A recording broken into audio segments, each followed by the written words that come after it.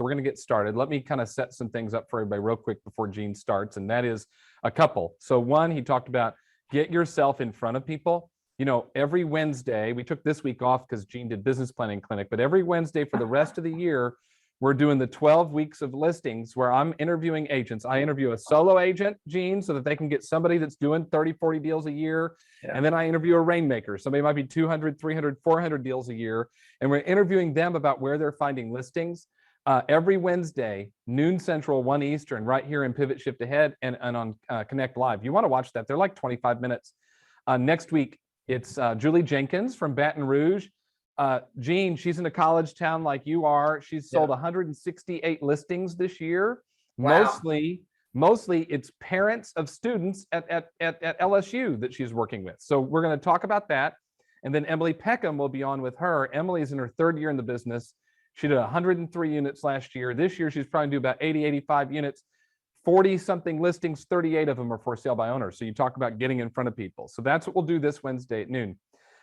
This next week. A couple other things.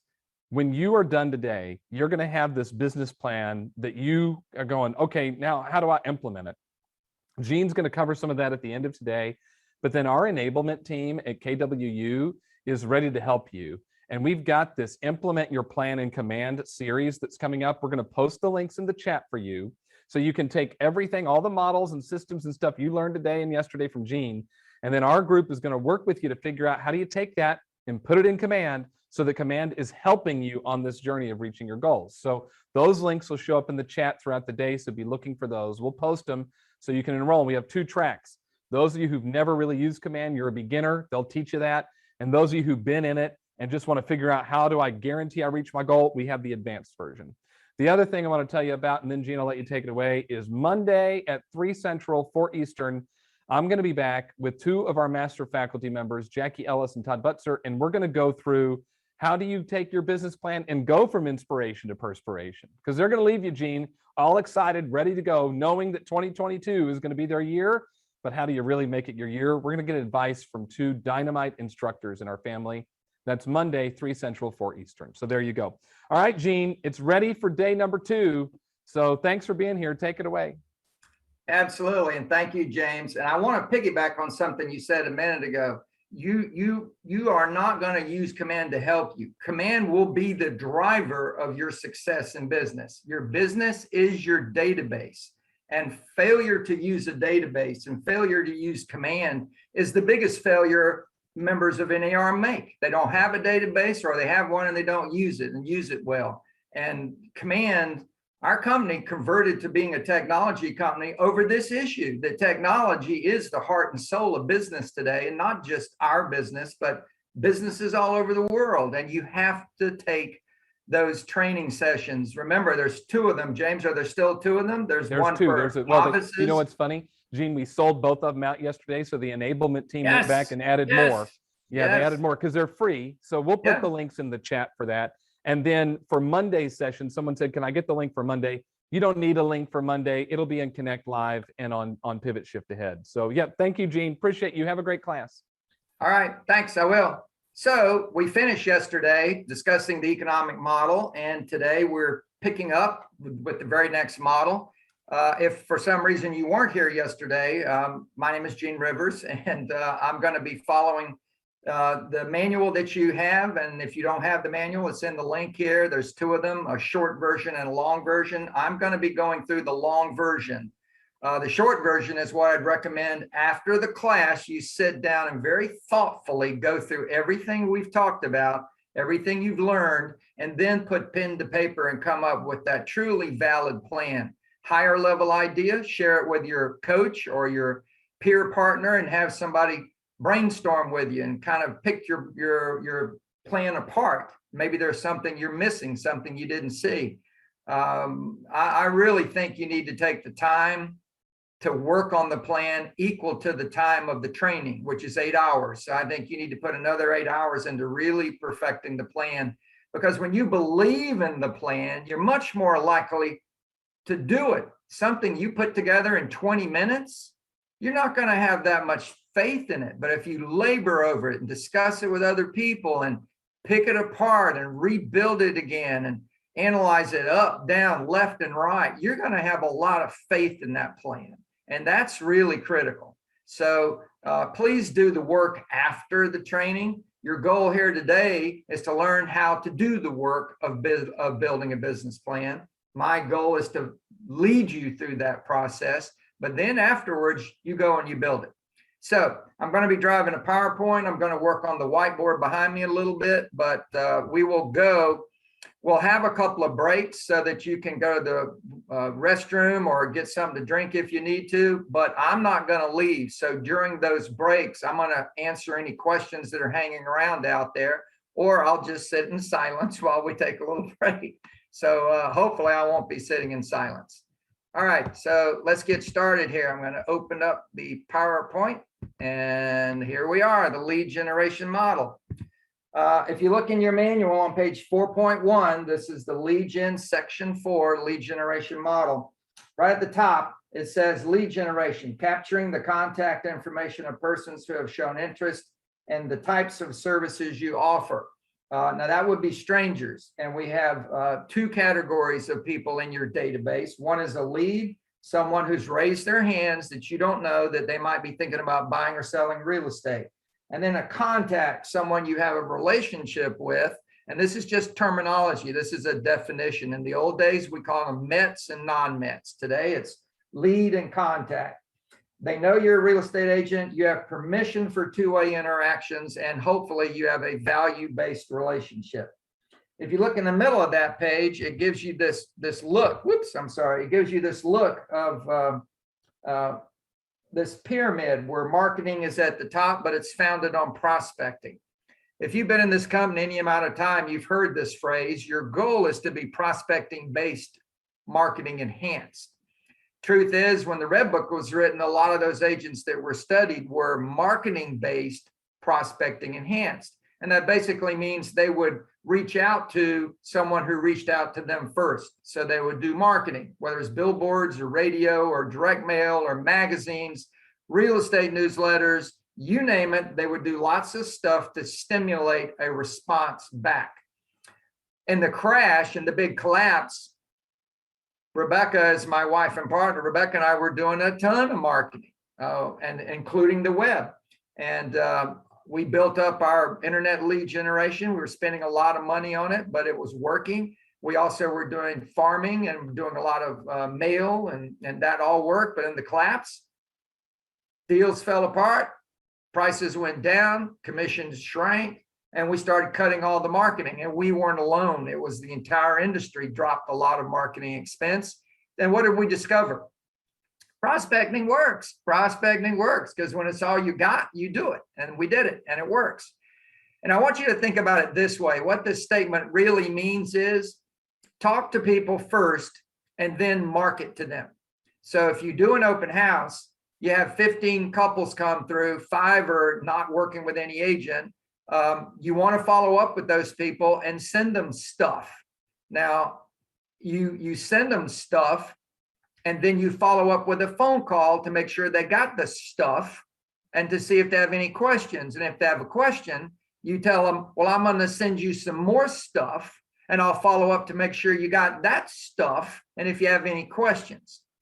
Now, I'm not making a joke. This is called cultivation or nurturing. This is about providing value, and value is literally all together, lumped all together. It's called collateral material, materials that you have about what you offer. People buying and selling real estate, selling guides, buying guides, relocation packages, 47 things to get your home ready for sale, staging your home for top dollar in a fast sale, how to choose a real estate agent. All of this stuff is used to create or support conversations that lead to an appointment. Now that's the key issue here. So in your mind, you need to understand lead generation is going to be mail, call, see in any order. At an open house, you're going to see them first, and then you'll mail them the very next day, hopefully an email, and then you'll call them to follow up. If you got an internet lead, that was literally mail first. They emailed you, and then you're going to email them back. So that was mail, mail, and then you mail to get a phone number, and then boom, you call them. Mail, call, and then you're going to try to see them. See them will be the appointment. So this idea is at the heart of all highly effective lead generation. It's never all call. It's never all mail. It's never all eyeball to eyeball. It should be a dynamic mix of you talking and seeing people, like at an open or like door knocking or like going to a group event, a networking event. You see people, and then you target people to send stuff to, and then you follow up with calls, text, or emails. So think about mail, call, see anytime anybody says lead generation, because that's the way it ought to look. And look in that box above that triangle on page 4.1, it says exchange value for information. That's the game. You collect data, and the data you collect is about how close are they to buying, selling, or referring you if they're someone you know. If it's a stranger, it'll just be buying and selling. So classically at an open house, you should have a registration form, and you can ask the question on the form, or you can ask them live. So are you folks working with a real estate agent yet? Well, we haven't really picked anybody yet. Wonderful, wonderful. So are you looking to buy a home in the next 30 days, 60 days, 6 months, or a year? Now, I'm collecting data, and you need to use data in order to get better at getting conversions to appointments. When you start to think about your sources, look at page 4.3. 4.3 has a laundry list of ways to get leads. I know of 30 ways for you to get quality leads, and they're all going to take one thing to work well for you, and that's time, time, time. You got to work them. You got to work them. In this company, you've heard forever, lead generation is your 20%. It's your one thing, and you need to do it 3 hours a day. And that's more than anything else you're going to do. 3 hours a day, 5 days a week. That's more time spent on one thing than anything else you're going to do. Look at this laundry list. On the left, it says prospecting. I'm not going to go over every one of these. I am going to highlight some of the most effective and strategic and cost-effective, meaning that costs nothing or very little for you to get business. Number one, listings without agency. That's simply people have raised their hands and they don't have an agent. So that's FSBOs and expireds. Circle prospecting, very important.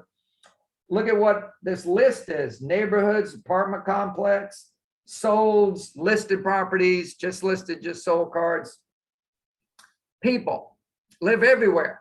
People are all over the place, and they live in stuff, townhomes, single family homes, apartments, and they own or they rent, and they're all over the place. And you need to understand statistically, we are at a point right now where more people are thinking about moving and moving than all but maybe 1 or 2 other years in the history of NAR. So it's all over the place. You drive down a street, you can count 1, 2, 3, 4, 5, 6, 7, 8, 9, 10. Somewhere in that 10, there's somebody who's moving. Somebody who's moving. They're all over the place. Excuse me, they're thinking about moving. The actual number that will be moving will probably be 1 in 12 or 13 or 14. But they're all over the place. And there are at least one person thinking about moving for every 10 doors you go by. Community outreach, key relationships, corporations, builders, banks, third party, data companies, investors. What's key to understand about that group is you're talking about people that have either authority. A builder has the authority to give you 10 listings a year. It's his stuff. He can give you 10 houses to sell a year. Or they have influence. A human resource director can recommend your name to somebody who's not doing corporate relo, but because you have a relationship with them, they can refer you to people and say, do you know any good real estate agents? And that would be somebody that could give your name out multiple times a year in their corporation without heavy referral fees.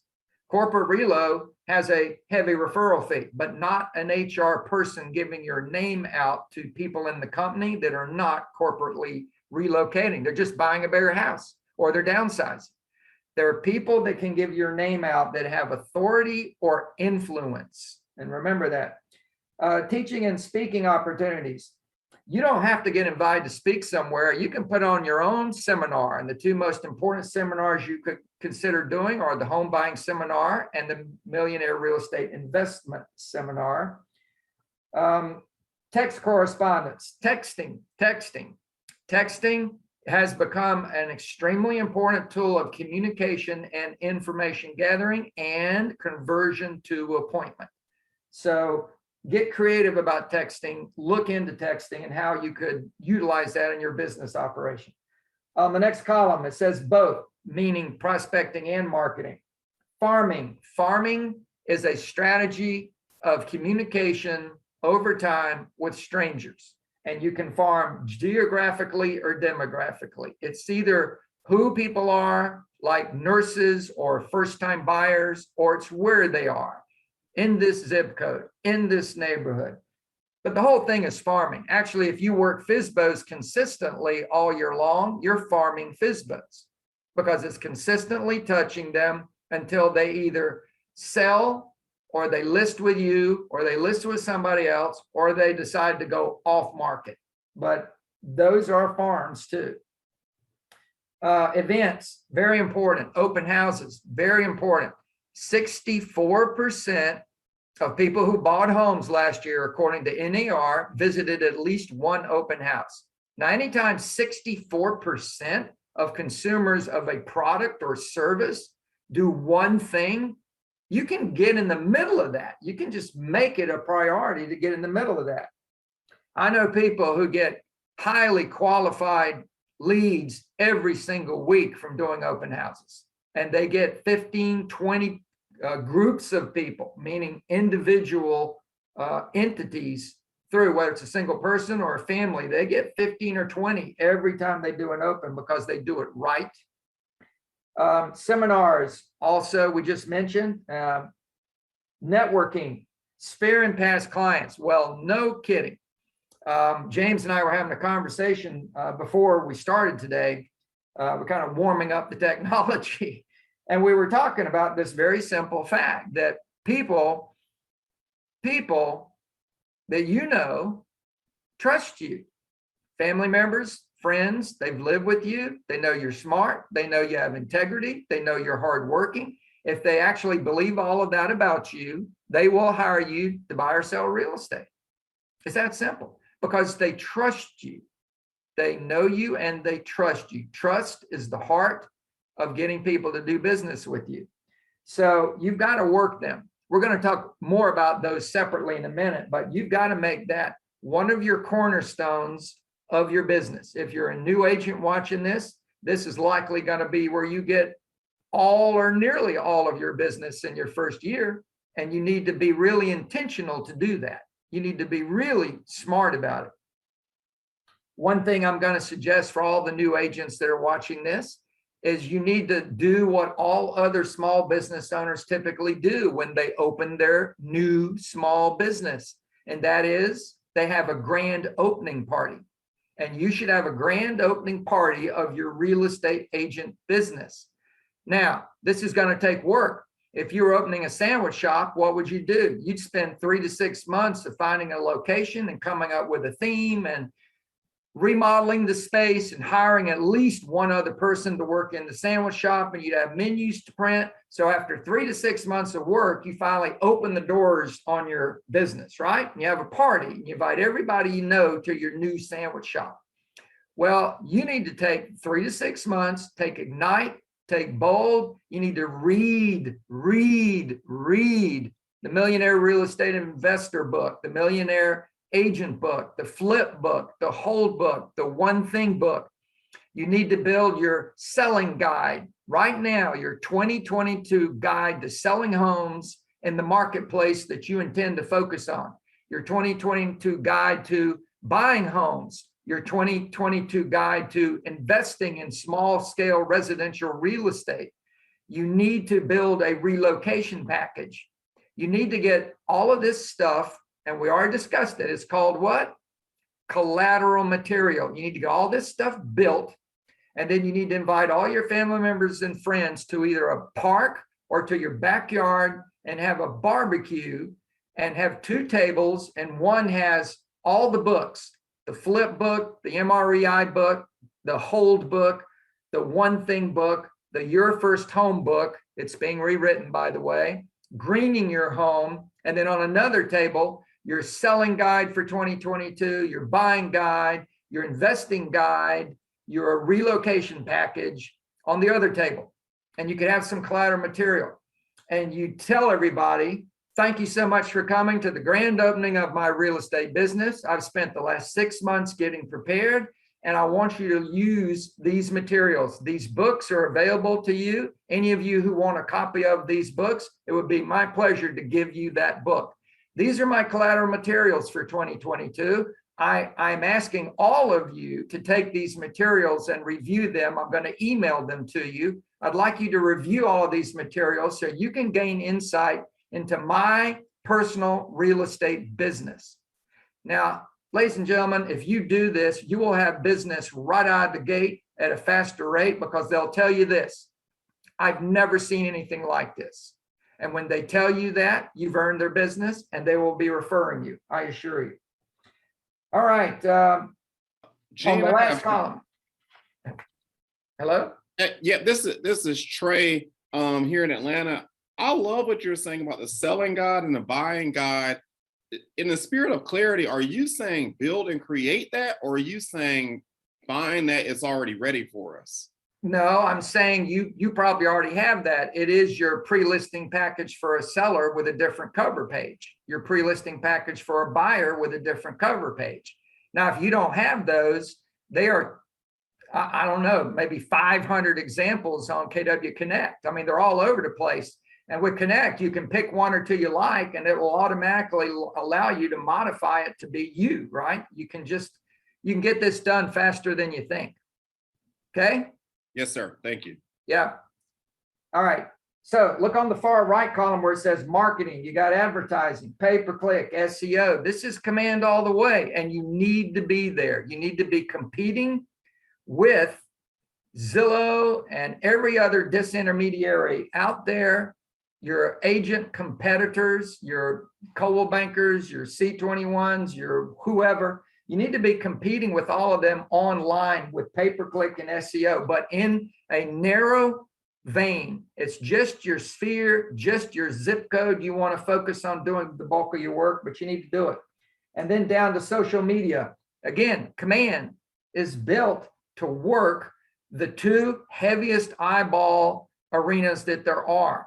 Social media, primarily Facebook, YouTube, Instagram, LinkedIn is creeping up, and then Google, which has the largest percentage of eyeballs, 94% of worldwide search.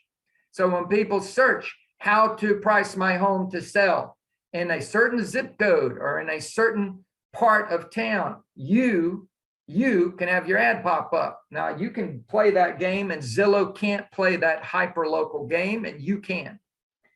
And then direct mail, look at number 3, just sold, just listed cards. Very, very old school, very, very effective to this day. We talked yesterday about a golden letter. That's just another variation of circle prospecting, and circle prospecting is a critical way to build your business right now. And remember, circle prospecting can be mail, it can be calling, and it can be door knocking, seeing. Any of those work, and they work well. 4.5, again, this graph on the screen here, it shows you, now this is millionaire agents. They typically get 82% of their business from 4 sources. This was on average the latest batch of millionaire agents that are being studied. That's how they get their business. Now, if you're a single agent, you only need 1 or 2. But the point is, it's not 1 or 2 to do very little. It's 1 or 2, and you go all in all day, every day on those 2 things. You're always working your sphere, and you're always working. Let's just say you do open houses. I'm borrowing listings from other agents. I'm doing opens. I'm doing 2 opens a week. That means every day you are working and preparing on the open house you have coming up. And every day you are following up with people you met in an open last week, the week before that. So every day you're working your sphere, and every day you're working those open house visitors and preparing for the next open house, right? It's all about going all in on just a few things. It asks you in the middle, what are your top lead sources? Unless you are new to town, all of you should start with past clients and sphere, past clients from whatever you did before, or sphere, people that you know, right? That's where you start because you already have trust. And then you've got to go to the web, and you have a huge friend in this called Gary Keller, who's given you command and all of the tools you need to do battle against the enemy on the web. And when I say web, I mean 1.0 and 2.0, static websites, you've got them, landing pages, you've got them, and then social media, you've got it. It's all covered. 3 and 4, you got to figure it out. 3 and 4, do you need 4 if you're a single agent? You don't. You don't. But if you need 4, if you're a level 4, 5, or 6 team, you need 4, you figure out. But here's the deal. They should all work harmoniously, not independent.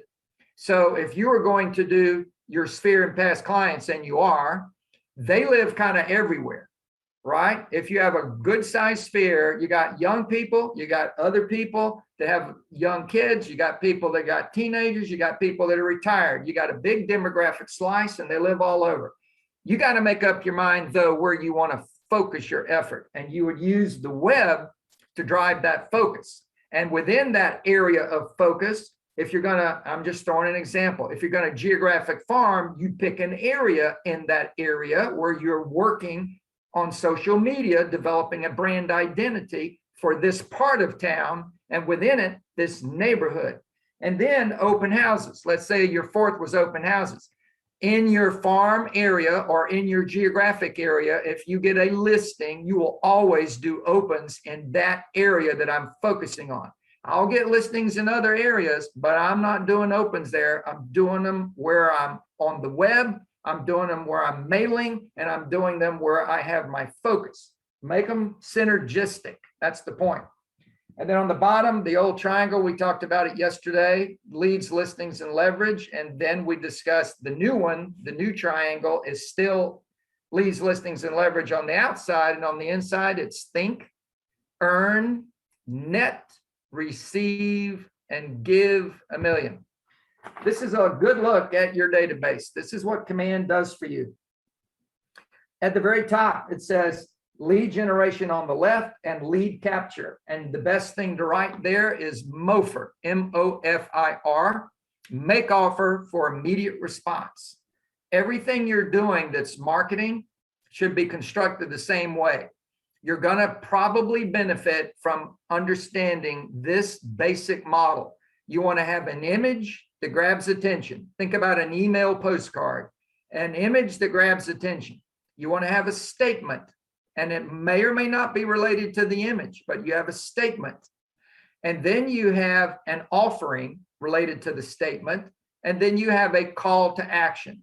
That's the MOFIR. Make offer for immediate response. Make offer. You need to do this on everything. And right now, this time of the year, you should be getting ready to have your selling guide, your buying guide, your relocation guide, your second home buying guide, your real estate investment guide. You should have those lined up to start making offerings on social media and on Google, small dollar ads, very low cost per lead, $1.50, $2. None of your competitors are doing this. They're all lazy, or the corporation does it for them. No offense to them. They're lovely people. Gene, this is Mika Wilson in Atlanta. You said image that captures the other 3 components, please. Sure. An image that grabs attention. Grabs attention. You know, it's a beautiful image of a small child, whatever it is. I'll give you a simple example. You could have an image of an infant staring at the camera. The statement could be, do you have small children? Are you thinking about how are you going to pay for their college in the future, 18 years from today? Learn how you can buy their college at 20 cents on the dollar. Click here to get your copy of The Millionaire Real Estate Investor, a guide to small scale investing that 20 years from now will pay for your kids' college and prepare for your retirement. Click here to get your copy, right? So it's image, statement, offering, call to action. The call to action is click here if it's an email message. Otherwise, it would be email me or call me, right? Thank you. Yeah, you bet. So look back at this graph. You'll notice on the inside, it has leads. Those are strangers that you connected with somehow. They've reached out to you or you've reached out to them, like open house. And then contacts, that's people you know. Both of them are going to get marketed to and they're going to get called.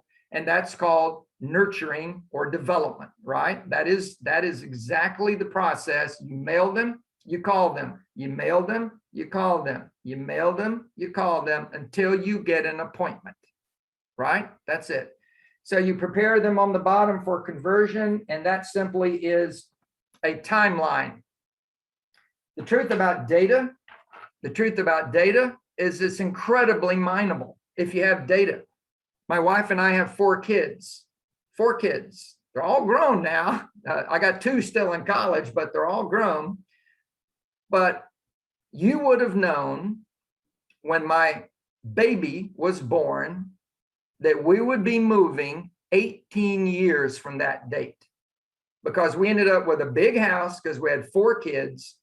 And you could have stared at my wife and I and said, you know what, you guys, this big old house, you got 7 bathrooms and 2 garages in this house. You're going to sell this house as soon as all these kids are gone. And that's a stone cold fact for just about everybody with a big family. It's just an absolute fact. And you know it 2 decades ahead. You know it. Now you can mine it and build to that. Anybody that's got 2 kids and suddenly you hear they're having another baby and they live in a 3-bedroom house, they're moving. About 70% of those people are moving. They're not going to have 3 kids in a 3-bedroom house, and it don't work, particularly if it's only got 2 bathrooms. They're going to move.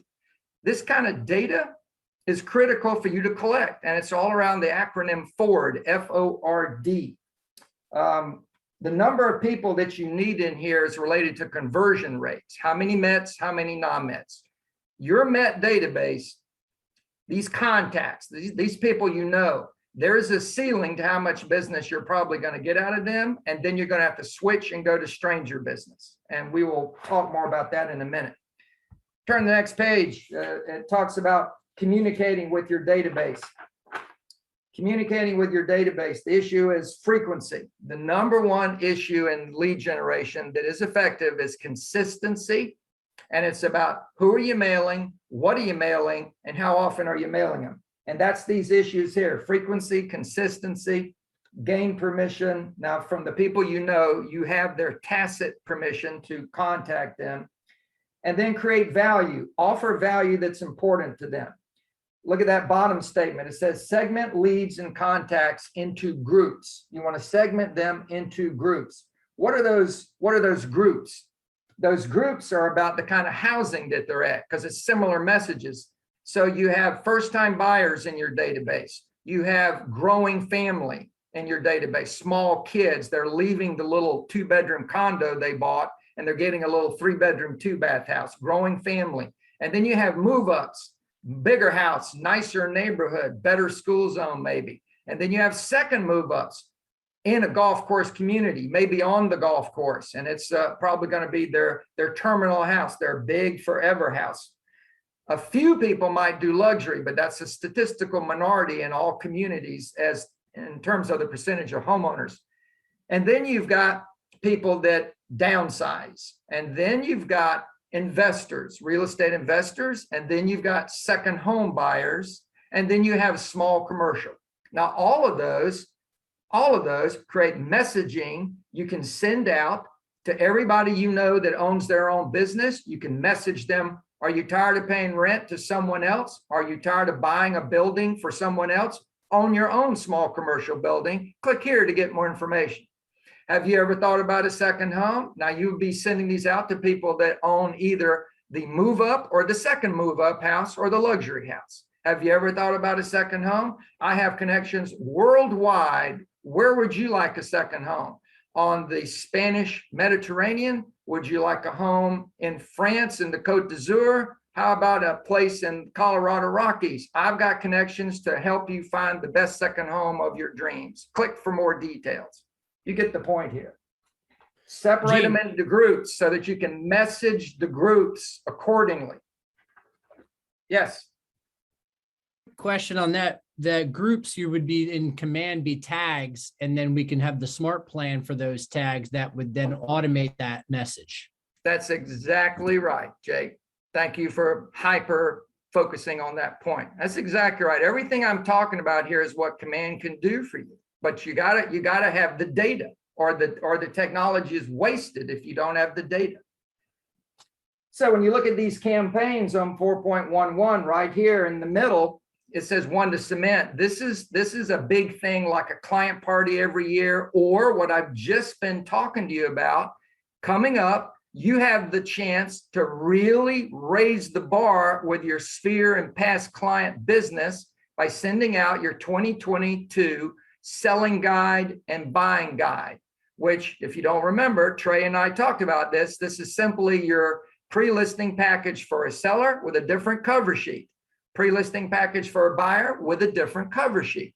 And you send these out. Happy New Year, folks. This is my brand new off the press 2022 guide to selling homes and guide to buying homes in the Atlanta, Georgia area. Your friend, Trey Cooper. Boom. That's it. Just send them out. They'll look through those. They'll forward those to people. You will have raised the bar on everybody's thinking about who you are. On the right is a classic 36 to convert. And look at what it is. It's mail, call, see, like we talked about, 26 touches a year. That's the backbone mail, but there are other mails that you will do. And you will try to see them. See where it says 2 touches, events, get-togethers, parties. That's see them. So it's mail, call, see. The campaign is laid out here. Jake would tell you this is all set up. Smart plans, campaigns, it's in command. You can tailor it the way you want to tailor it, but it's ready to go. If you have people you met at an open house and you connected and they're talking to you, then you put them on a 19 to connect. In the old school, we call that an 8x8. This is a lot more intense, but it's the basic idea of a high touch, short-term campaign to convert them into an appointment. And again, events, parties, get-togethers at the bottom. Getting in front of people massively improves conversion rates. I know you all know this. I know you all get this, but I want to emphasize you need to get in front of people if you want high conversion rates. Okay, there's a warning page 4.13. It's not a joke. If you're going to be doing a lot of calling, you're going to need a phone source. And I don't care what phone source you use. You should make sure that the phone source is scrubbing against the do not call list, and then you don't have to worry about it. But if they're giving you numbers that are not being scrubbed, you are at high risk, and don't go there. Just don't go there. All right, the database size on page 4.15. There's a discussion here. Whoops, I went too fast. They want me to hang on that. I don't want to hang on that. There's a discussion here about the database size. This is a little bit misleading in a sense on page 4.15. And I'm only saying that for this. It gives you an example of 500 contacts. And it says 6% of those people, 6% conversion rate. Right now, the nation is about 7%, but 6% are moving every year. And then they're saying you can capture half of that business. So look at the example here, 500 people with a 6% conversion, meaning they move, 6% are moving, that would be 30 people, and you're going to hope to capture half of that, or 15, it says 15 appointments. It's 15 transactions is what you're actually trying to get. And then it says 4% of your database give you a referral, and you convert 50% of that, and you do the math, and that would be 10. So together you get 25 appointments out of your Met database. That approach is not incorrect, but that approach treats all 500 like they're equal, and they are not. They are not. If you get out your old trusty red book and look at the lead generation discussion in the red book, it calls your database a bullseye. And the people that are your Mets, it has 4 categories, 4. And that's much more important for you to think like that, that they're not all equal. In the center, Now, this is the people that netted $1 million a year. In the center were core advocates. The people who netted $1 million a year on average had 5 core advocates. 5, just 5. But what's the deal with a core advocate? These are not screaming, raving fans. That's not who they are. These are people that have a real estate need. They need real estate bought or sold, and they're not in real estate. They're not in real estate, meaning sales. So a small builder needs to buy dirt and needs to build and sell houses, and they're not in real estate sales. They're in construction, right? A land developer needs to find big tracts of land and cut them up and sell those lots. A estate and probate attorney has clients who have deceased relatives and they've inherited the property. They don't live in that city. They want the house sold. The estate and probate attorney can give you a steady stream of opportunities. I was talking to one agent that heard me talk about this several years ago, and he told me he has 2 firms now and he has 7 pendings this month from estate and probate. This business is sitting out there. This is what a core advocate is they need real estate bought or sold. An HR director at a corporation has employees that they're relocating out of town. They have people they're bringing into town, and they need help helping people buy and sell real estate, and they're not in real estate. All of these kinds of people are core advocates, and every serious professional long-term will either get them by accident or they will cultivate them on purpose and gain powerful core advocates. Core advocates are normally going to produce 10 times. So if you have 5 core advocates, you'll get 50 deals out of those core advocates. It's a lot of business opportunity from a very few people. The next group was called advocates. And advocates are not core advocates, but they are people who refer you typically at least once a year. They're an advocate. If somebody says real estate, they think of you. And if the conversation opens up for the opportunity, they'll mention you. Now, if you have 50 advocates, you'll get 50 deals a year out of those 50 advocates. Now, understand the point. 1 or 2 of those will give you 2 or 3 in one good year for them. And then some others will give you nothing, but it'll total about 50 out of 50 advocates, people who are not core advocates. They don't have business every month for you, but 2 or 3 times a year, they'll try to give your name out and you'll get maybe 1 deal out of it, right? And then the next group was called affiliates in the Red Book, but it's also important to think about that as your network, your close network. And those are 100. And those are people who may refer you once every year, 2, 3 years. The advocates do it every year. This close network of 100 do it, but not at that frequency. Now, for the new agents, you got to sit down with your past clients, if you've got them, but your family members and friends and neighbors, and you got to think about who is someone I know that could support my business, and at what level. What do they do for a living? What kind of influence do they have? And you got to think about that. So the point I'm getting at is actually based on there are 2 schools of thought in our industry. And there have always been, as long as I've been in this 33 years, there are 2 schools of thought about where agents can get their business from. And they're epitomized by 2 speakers. And one speaker is Mike Ferry. And I know Mike Ferry. I took Mike Ferry. My wife and I utilized Mike Ferry's strategies. Mike Ferry's basic premise is, friends, strangers, I don't care. If you talk to more people, you'll sell more houses. And is Mike Ferry right? Yep, he's right. But on the other side is Brian Buffini. And what's Brian Buffini's approach? You don't need advertising. You don't need websites. You don't need anything but a small group of highly influential and connected people that you stay in high relationship with, and they'll give you all the business you can handle. Is that right? Yeah, it is. That's right too. So what do most MREA agents look like? Their business is normally about 50 to 60% Buffini. They stay in high touch with their network, their group of people, and they cultivate those people and they throw parties. I know agents who throw parties every single month I know people who send them gifts every single month. They are all over those people. They're calling them all the time. They're seeing them all the time. And yet, then they've got stranger business, FSBOs, expireds, geographic farm, internet leads. They do other things because they're not going to ignore low-hanging fruit. If there are motivated people out there who don't have an agent and I can find them, I can grab them. This is not complicated. This is what Zillow and Trulia and Realtor.com and all the disintermediaries do. They just throw out bait and they get non-attached people who will sign up with the agent they tell them to use. Now, we can do this for ourselves, right? That's the point.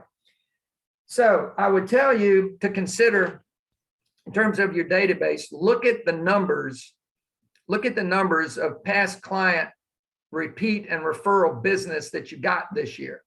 If you're established, look at the numbers. How many deals did you get that are either a past client or sphere buying or selling, or a past client or sphere referred you to somebody? What is that number? And then multiply that by two numbers. Multiply it by 6 and multiply it by 10. So if you got 30 deals from your Mets total, multiply it by 6, that's 180. Multiply it by 10, that's 300. The amount of people in your Met database that matter to you is somewhere in that range between 160 and 300. So if you've got 600 people in your Met database, you got 300 people that are essentially strangers. They're just strangers to you.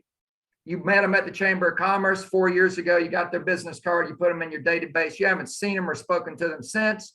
They don't know who you are. They're not going to refer you, and they're not going to use you.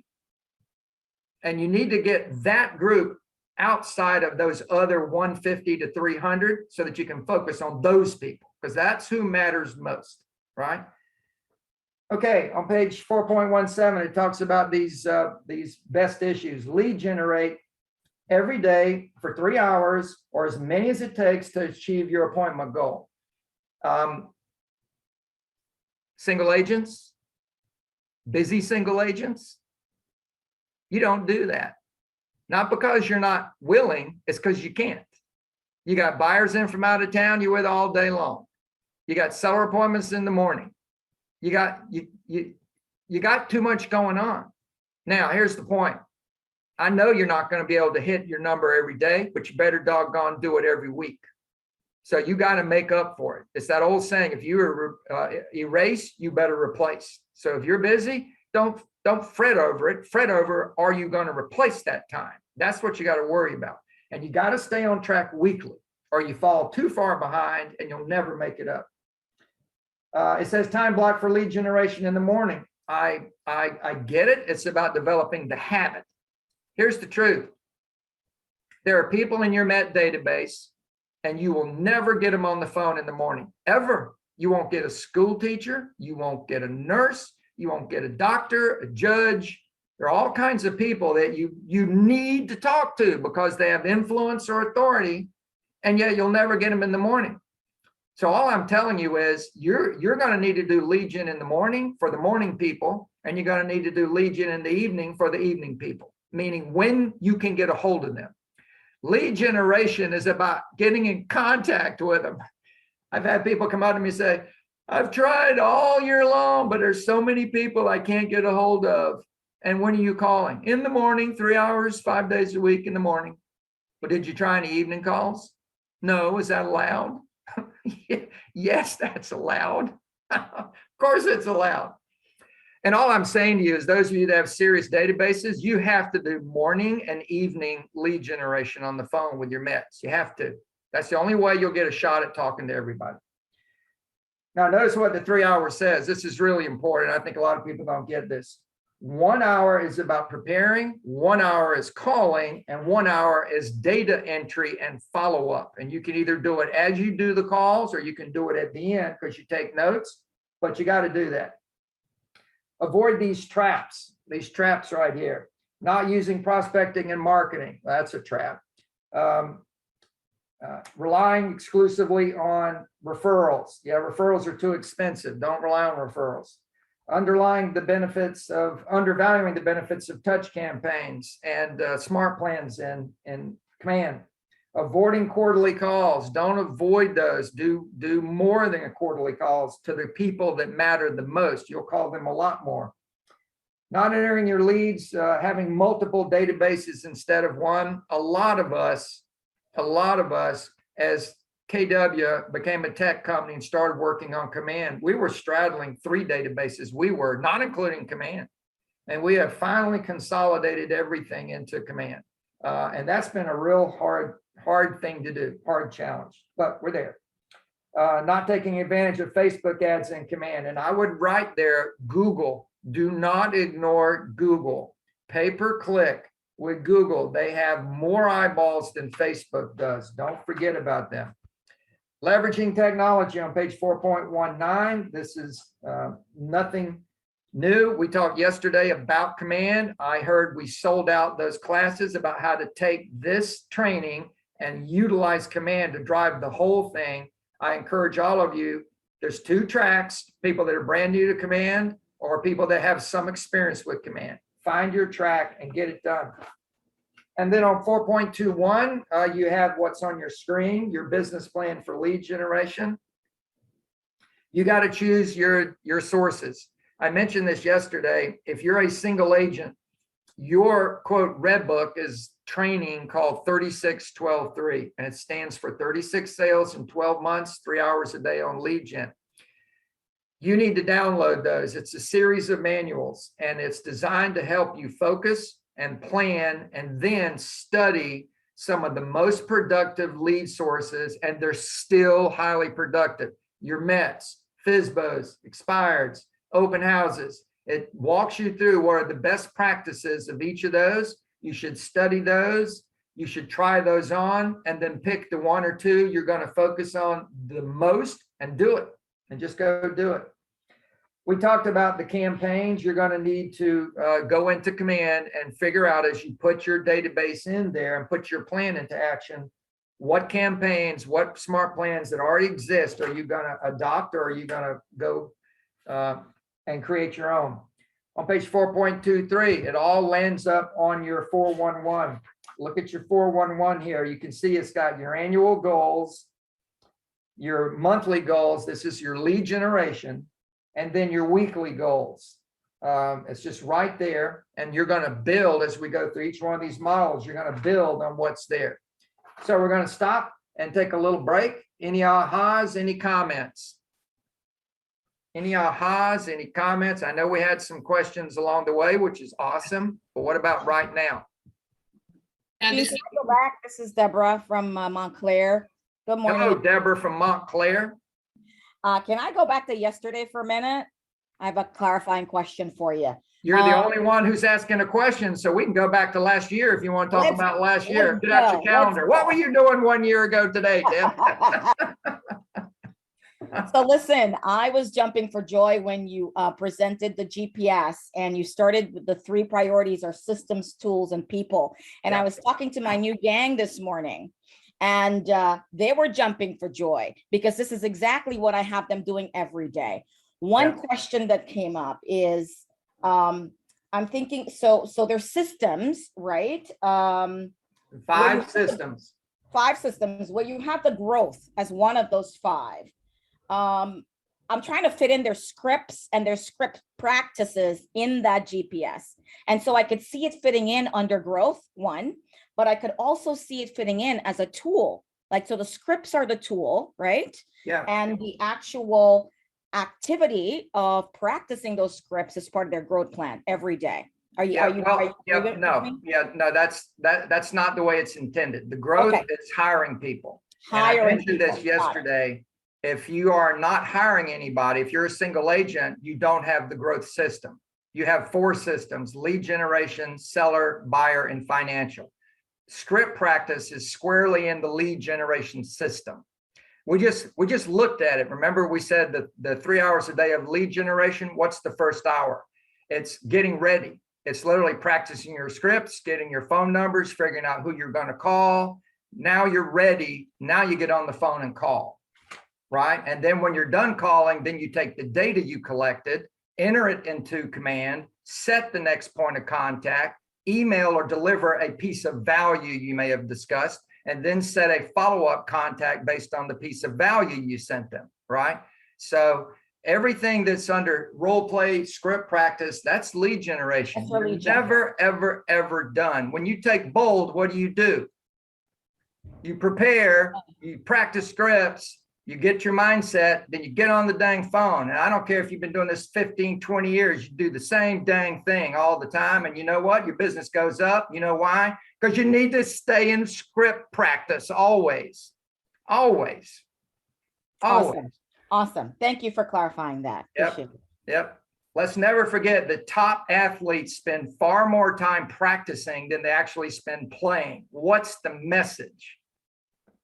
Hey, Gene, it's Mika in Midtown Atlanta. You just mentioned the 3612-3. Where is that located? I missed that part. KW Connect 36123. It's a series of manuals, but it's all one package. It stands for 36 sales in 12 months with 3 hours a day of lead gen. It's Gary's answer to single agents who, after the Red Book came out, Gary kept getting asked, so where's our book? Where's the book for a single agent? And they did the research. Gary gave them the book, but he ended up with the issue with single agents is you run out of time, right? The people that net $1 million can hire more people and sell more houses. They don't have a time problem. So they just drew a line about money, right? But with a single agent, it's what can be done in 40 to 50 hours a week, right? Because Keller Williams' mission is not to tell you to sell as many houses as possible 7 days a week, 15 hours a day. That's not what our message is. Right. So the issue was sustainability. And they looked at agents in our company that were brand new and watched them track. And a bunch of people can do 0 to 10 and sustain it 5 years or longer. 10 to 20, more than half can do that. 20 to 30, just over half can still do that 5 years later. 30 to 40, it was about half were still doing that volume 5 years later. 40 to 50, less than half were still doing that after 5 years. So sustainability was considered to be 30 to 40. And the most common number of the people that were in that group was 36 because they had plans to sell 3 a month. You can plan to sell 1 a month or 2 a month or 3 a month or 4 a month. And they had plans for 3 a month. And by golly, they nailed it. They nailed it.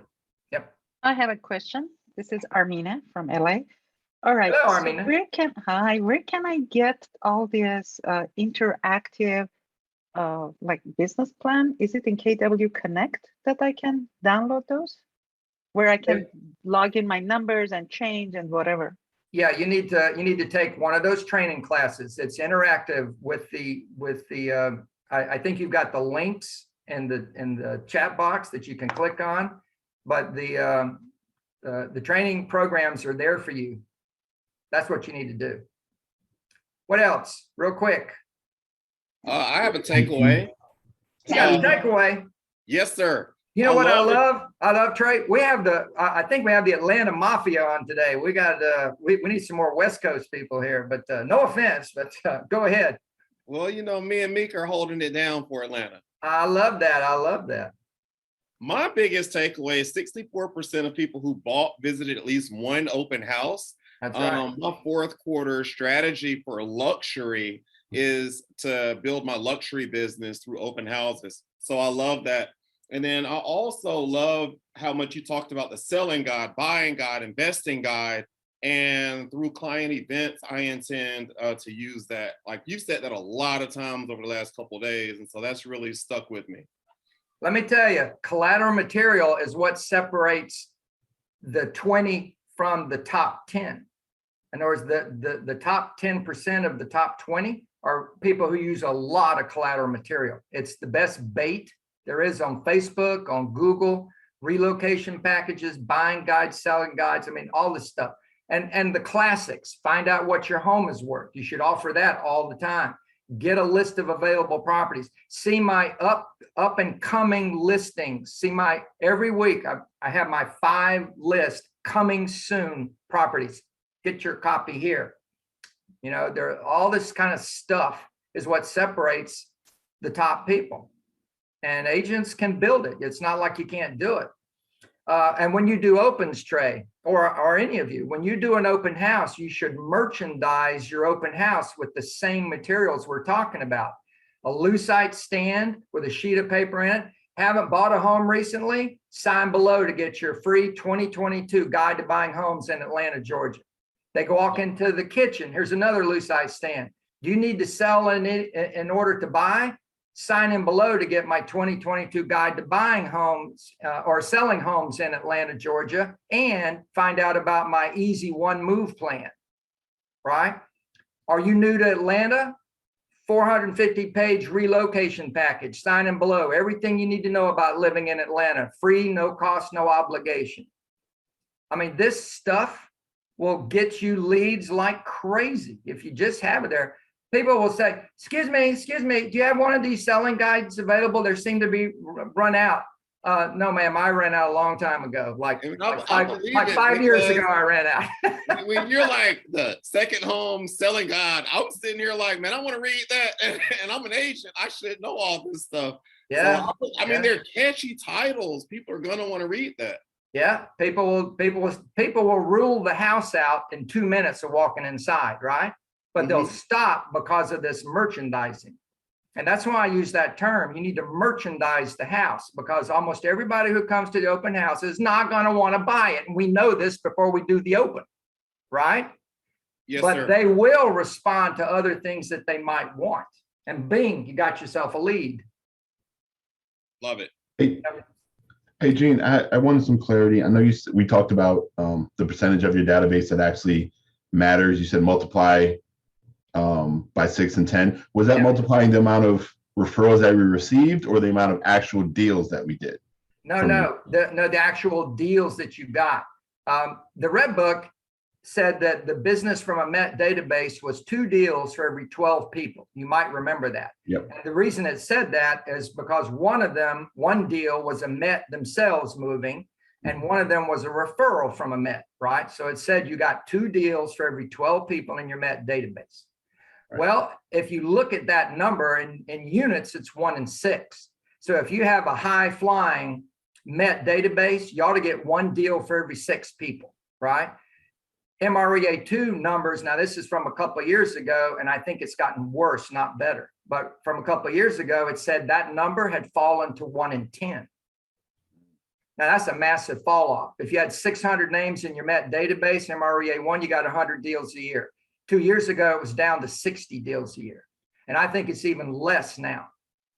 But the point is, your database, if you got 30 deals, it's going to be the value of your database is going to be somewhere between 10 times or 6 times that number. So 180 to 300. And if you got 600 in your database, you got to figure out who are these 300, because the rest are just nobody. They're strangers that are in my Met database, but they're not going to support me.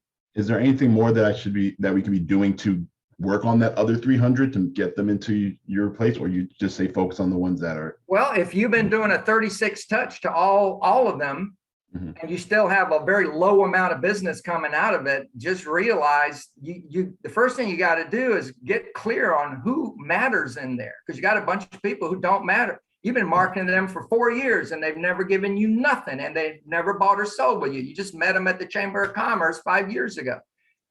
They already got a realtor. Look them up. Look up their tax record. You'll probably see they bought a home 4 years ago and they didn't call you, right? Get rid of them. Okay. Garbage. Appreciate it. Yep. Hey, Gene, I have a question. Okay, we got time for like no more questions, but I'll take one more. Okay, I'm going to ask a question about farming. Hey, Julie Tucker. If we're consistent on hitting a farm twice a month, postcards and newsletters, is there anything that we can do to ensure that these homeowners are actually opening our newsletters, reading the material, whether it's making our letters more handwritten, having colored envelopes? Like, how often do we get junk mail and we just rip it before we even open it up? Yeah, well, you're not going to like what I'm about to say, but I'll listen anyways. Well, no, I said it earlier today. The most effective lead generation, I don't care what source you're working. The most effective is mail, call, see, in any order. And I said specifically, All mail is not good. All call is not good. All door knocking is not good. It's the mix that gets the best result. So if you're going to do a top level geographic farm, you got to be committed to the farm, which means you got to have a value proposition. You got to think about every person that owns a home in that neighborhood. You say you're the neighborhood expert. Aside from selling my home, what value are you bringing me? And you got to think about that. What is your value proposition to every single homeowner outside of selling their home? Because every agent will sell their home, right? So if that's the main game you bring to me, I don't need to focus on you, right?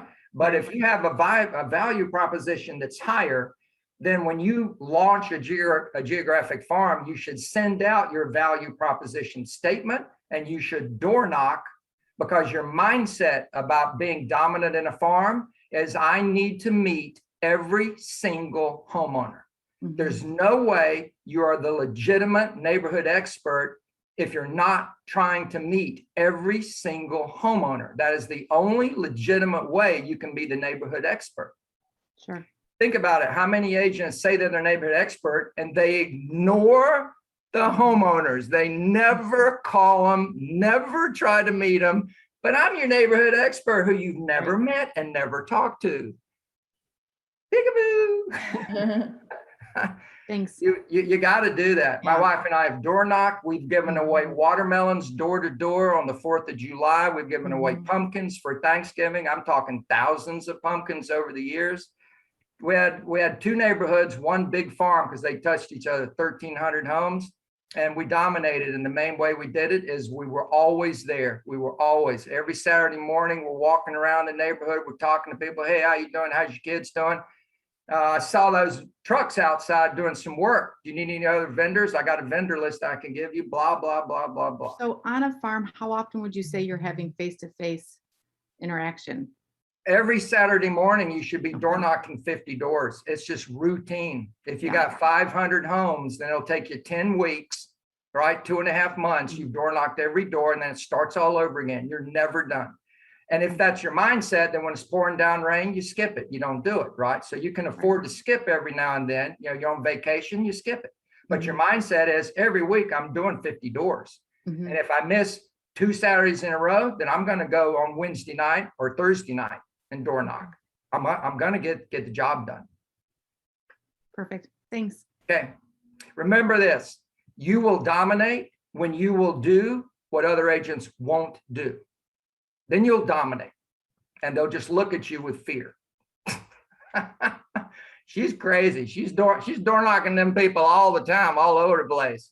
Yeah, well, she has the most listings, doesn't she? Yeah, but I don't know why she does that. That's crazy. I won't do that. Well, then you just keep losing market share, bub. All right, we got to stop and get back to business here. Let me pull up the PowerPoint and we're going to get going again. My boss is going to fire me if I get off track. Budget model, money, money, money. 2 tools in one on page 5.1. 2 tools in one. When it says that, it's not kidding. The budget is the backbone of the P&L. The budget, you set it up front, and it's just like the economic model. This is the destination. The budget is simply, what do I want my numbers to look like at the end of 2022? And then the P&L is simply tracking your progress, the budgeted amount, the actual amount, etc. The whole goal is to make sure you do the one thing that every business must do, which is what? Profit, profit, profit, profit. And you've got to make sure you separate your pay from your profit. And we had a conversation about this yesterday, so I'm going to assume you all remember that conversation. If you have a bigger agent business, if you have a group, a team, a group, you might want to add a balance sheet, because you will also be accumulating cash and you will have assets that can be depreciated, AKA office equipment. And you might even have debt. You might have credit cards. So you need to make sure that you have one more thing potentially. You have 2 mindsets about this, and I love this. It's invest, don't spend, and that's absolutely true. Every dollar you spend on your business should have an ROI. If you spend money on marketing, on lead generation, you should get back 10 times or more what it cost you. So if you spend $1,000 a month, that's $12,000 for the year. You need to get back $120,000 or more from that marketing. If you really start to look at it with a critical eye, you'll ask them the most important question, which is marketing, all lead generation, all of it, marketing and prospecting, all of it has one goal, and that's contact. That's it. You call people for them to answer the phone, you can talk to them.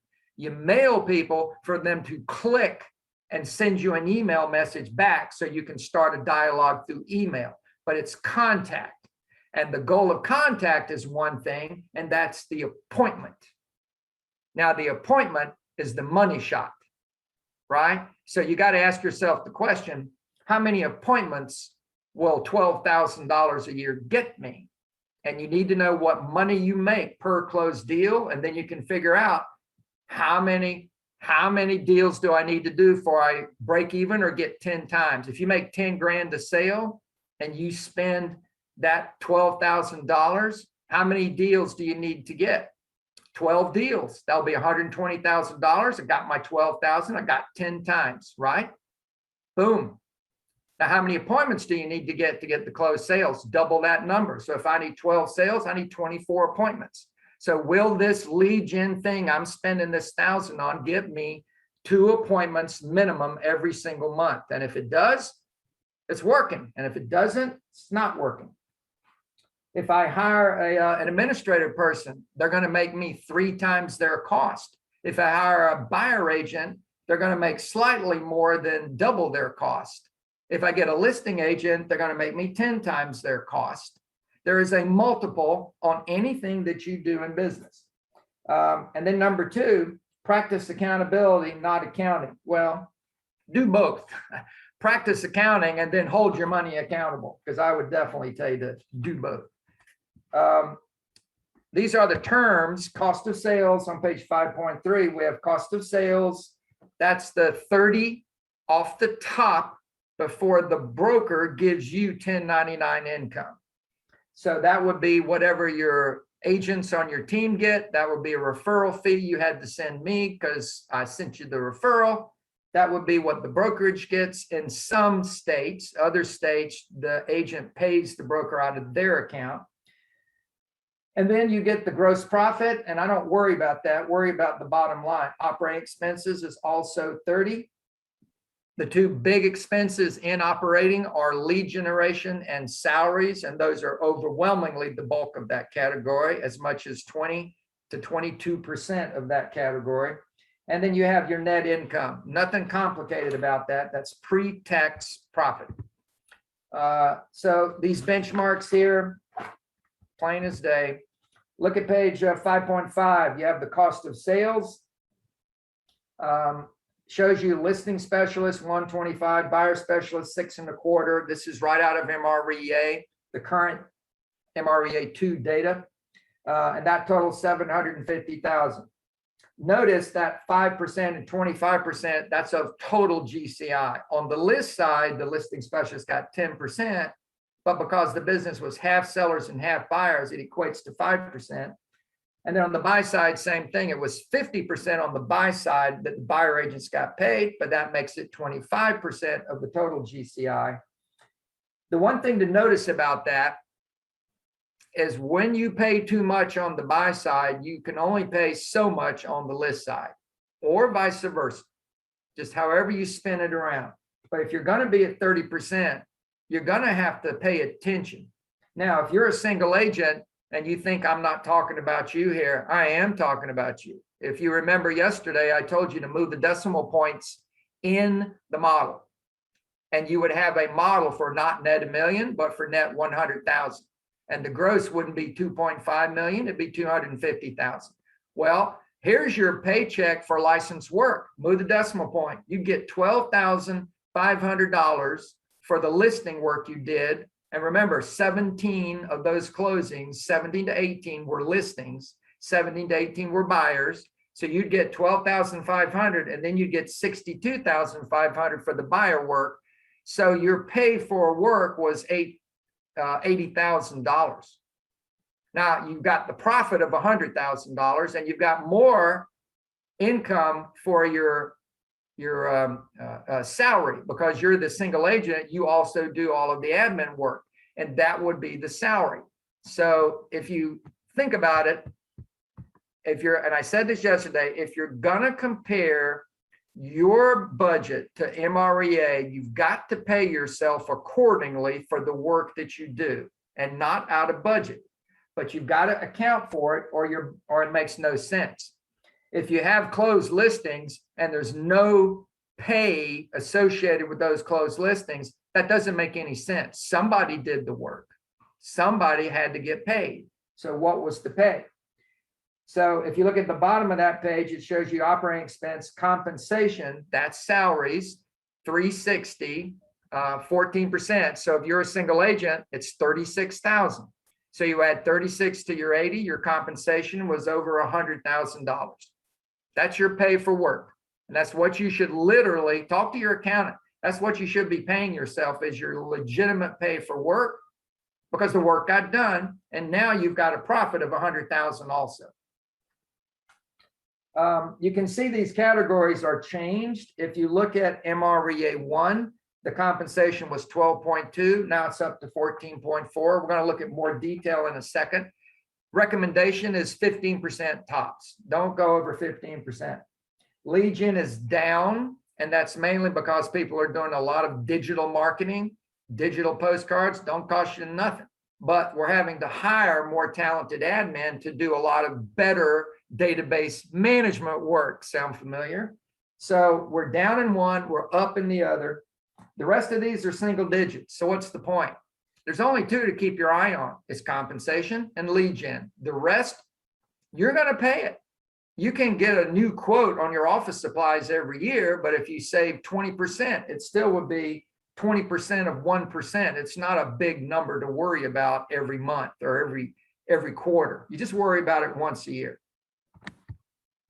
Look at the next page. On page 5.7, you've got these budget benchmarks. Now look across the top. Look across the top. You've got 150,000, 340,000, 640,000, 970. That's roughly earn or gross a million. And then 1.6 million, and then 3.4, way over net a million. And then best practices. Now, best practices are identifying what the model says should be done, and there are enough people doing it that we know it's doable. We're not saying best practices from a scholastic point of view. It's there's enough people at gross a million and net a million that are on target for us to know it's actually doable. But most of Gary's top teams don't hit these numbers, but enough do to know that it's doable. That's the rub. Now you gotta pay attention to all of these numbers. Look at the cost of sale as a percentage. Now 150 is a single agent and 340 is probably a single agent. But above that, everything is pretty coherent. You've got 13%, 26, 33, 38, 39, 45 at 3.4 million. 25 and 30 are the best practices. Ignore the gross profit margin for this moment. Expenses, 38, 36. Remember, the goal is 30. 38, 36, 37, 34, 35, 33. Not a one of them. In our company, not a one of these groups of people are at 30. And then gross a million, 36. And then net a million, woo! The first one is at 30. Now, why do you think that is? Pure intention. Pure intention. We have enough top groups that are focused because Gary is breathing down their neck to stick to 30, 30, 40. And there's enough of them that do it for us to know it's doable. Now look at the net income, 49, 38, 20, or 30, 28, 26, 22. Now, there's an interesting thing about margins. You want margins as a guide when you're looking at your numbers, but margins are not the end all and be all. Look at 340,000 with a margin of 38%. And then look at 970 with a margin of 28%. Well, I'd rather be at 38 on paper, but actually I'd rather have 271,000 as opposed to 129. So margins matter as a guide for watching your money, but sheer dollars trump everything. Sheer dollars. Look at the best practice for gross a million. They're at 39%, and the net a million is at 40%. They're off only by 1 point. And look at what they did. They lowered their cost of sales, and they kept their expenses down to 36. Still too much, but they ended up with a total net income of 39, almost 40. Look below that. Look at the detail. This is operating expenses, and it's got compensation, and they've given us more detail than we've ever had, which is a real gift to see this. And what they've got shows us that compensation has two big categories: salaries and benefits, and then professional services. Professional services could be transaction management, professional photography. They're not your employee, but it is a check for professional services. It could be your accountant, right? So you've got these categories, but look at the totals because it's still the category of compensation. 7.8, 11.1, 15.1. Remember the goal here. The goal here is to be 15 or less. 11.9 at gross a million, 14.6, 15.1, and then best practice at gross a million is at 20, and then the net a million is at 14.4. Now, we've seen twice now that the gross a million is over budget in key categories. And one of the things you have to understand is a lot of the people that get to gross a million, that's not what they're aiming for. They're aiming for a net a million. And when you're growing, when you're growing a net a million business, you will approach and hit gross a million and move past it, right? So it's just a momentary stop. So if you're hiring, look at this, the percentage of total compensation is 20%. That's because they've hired people to build revenue. And in growth in business, you often have to do that. You will hire people in order to build your lead flow. You'll hire people, agents, to service the lead flow. And until the sales closed has caught up, you will be out of budget. And that's what this reflects. And then look at lead generation. Again, best practice is 9%.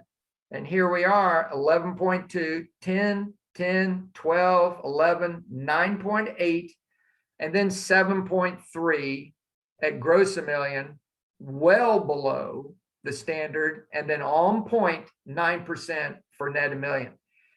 The net a million numbers, again, are so on target because that's what they were aiming for.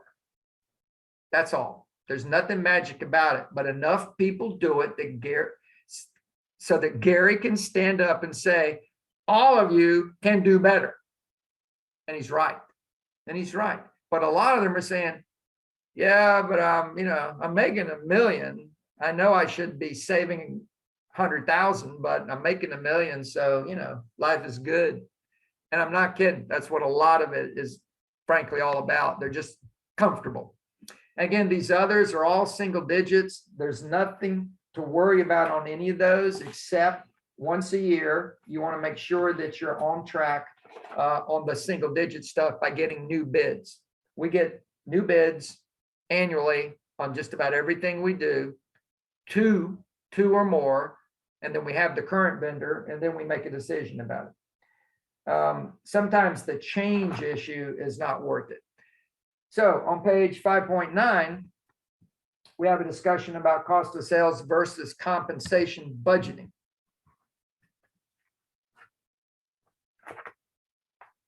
So it says, when is the expense a cost of sale? Now, first and foremost, you got to understand that one of the main issues here are state laws. Things you can do in some states, you can't do in other states. And license law in most states typically says all sales are done by the broker, and the broker distributes compensation to the independent contractor agents that are licensed with their company, right? I know you all get that. So it says here, when they are paid on a commission or bonus structure, typically buyer agents and showing assistants are paid by bonus or by commission. And those are all handled as a cost of sale, meaning they're paid for by the broker. Before you get 1099 income. Number two, when is it an operating expense? When they're paid a salary. Now, I'm going to say it differently. When they are paid a salary out of your checking account, then it's an operating expense. In a lot of states, and this number three says something that you got to be careful about.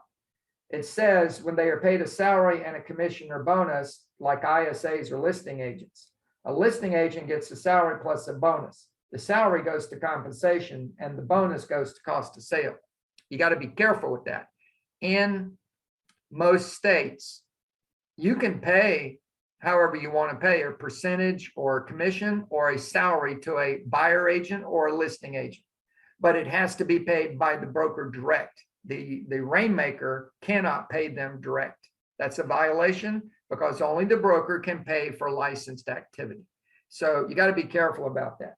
Now, I got another issue with this. If you actually paid a salary and a bonus, but you put the salary, because it's a salary, inside the line item for salaries, this one for compensation and operating expense, even though they were paid by the broker legally, you show it there. Well, now you're shrinking the amount of money that was paid to the listing agent, when the fact is the listing agent did get the full amount of money. So all I'm getting at is be sure you have clarity about your books, and be sure that if you pay your listing agent, I don't care what it is, all commission, all salary plus commission or bonus, just make sure that all of the pay shows up under the cost of sales for producing the sale. That's what the category is. And that way you'll make sense. And above all else, make sure you follow the laws. And there are many states where I've spoken to a lot of teams where the teams are paying salaries to licensed people, and in their own state, that would be a violation if they got caught.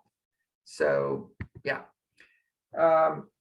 Gene, real, the best way to dig deep and create a higher level of mastery within these models is agent financials. I couldn't agree more. Okay, cool. Yeah, that was my question. Oh, that's not a question. That's a comment. And that's a good one. Yes. If you take the training class, Agent Financials, it covers a lot of this. It does not cover the legal stuff, though. That's a state by state issue, which is why I'm going over that. You're going to need to pay more attention to the laws. Now, this is my experience because I see a lot of teams drift into this situation where they end up compensating incorrectly. Nobody's trying to do the wrong thing, but it doesn't matter if you get caught, it's the wrong thing. So in 5.11, it shows you a look from the MREA chart of accounts. And if you haven't remembered or seen it already today, you can download an auto-populating MREA chart of accounts. And on this page, it gives you an example of the roll-up effect on your budget. So it shows you lead generation as a line item rolls down into all of these line items so that you can account for a variety of things like direct mail, third-party lead sellers, etc. Your events, all that. And then it shows you the business profit, and then below the line income and below the line expenses and net income. And remember what we said yesterday, your accountant is going to do most likely a different set of books for tax purposes. Nothing illegal is going on. The MREA chart of accounts is applicable to agent businesses all over the country, all over the world, frankly. But individual state laws on taxation and the federal government's laws on taxation is a separate issue outside of MREA. And that's why we get down to the bottom line, 30, 30, 40, without having a discussion about tax, right? Okay. So there are 4 budget focus areas on 5.13. Number 1, lead with revenue. Make money before you spend it. So if you're going to hire a full-time administrative person, you're a single agent, you're doing 30 to 40 deals a year.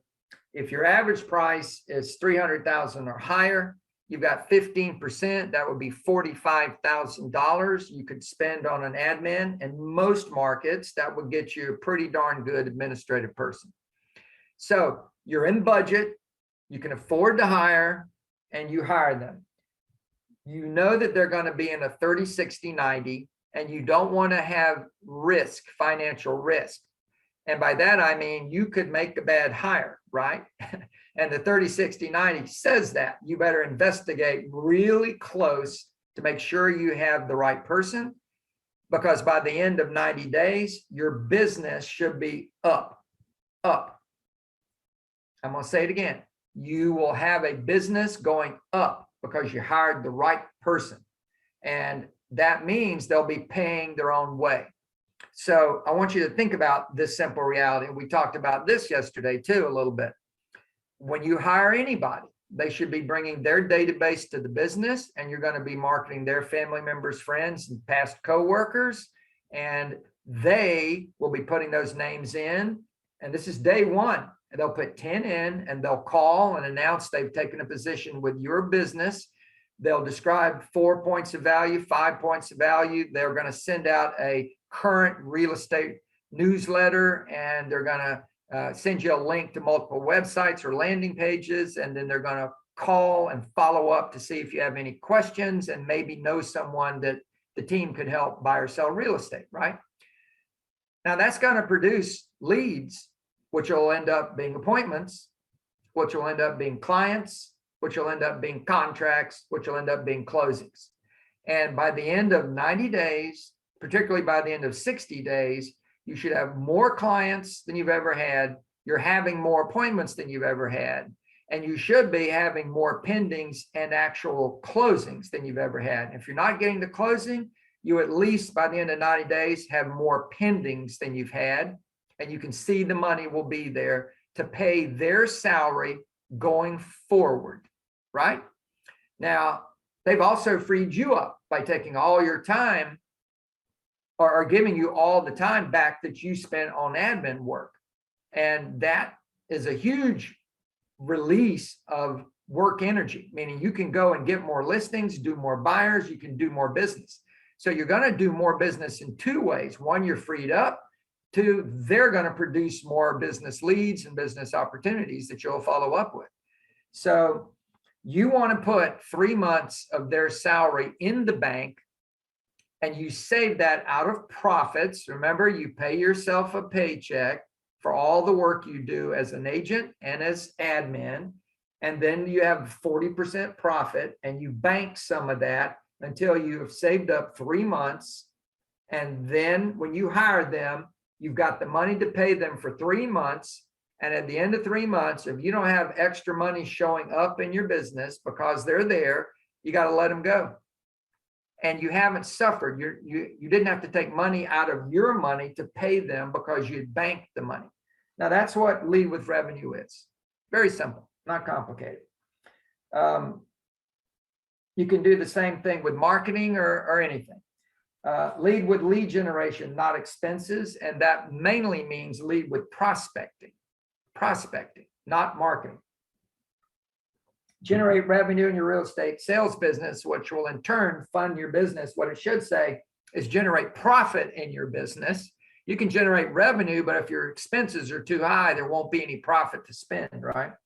Number 2, red light, green light. That just means hold money accountable. We've been talking about these ROIs you get, right? So if I invested the money in hiring somebody, I'm going to follow-up that we make those contacts and have those clients and et cetera, get that return on investment.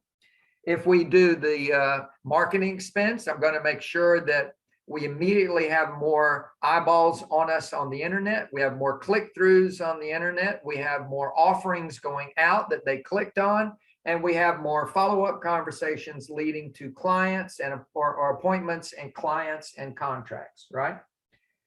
Stick to the budget. It says something a little ironic. The first bullet point, no need to be committed to exact MRVA percentages. Well, yes and no. 30, 30, 40, you should understand it's called best practices because it can be done. And if you have a business, why wouldn't you want it to be as profitable as possible?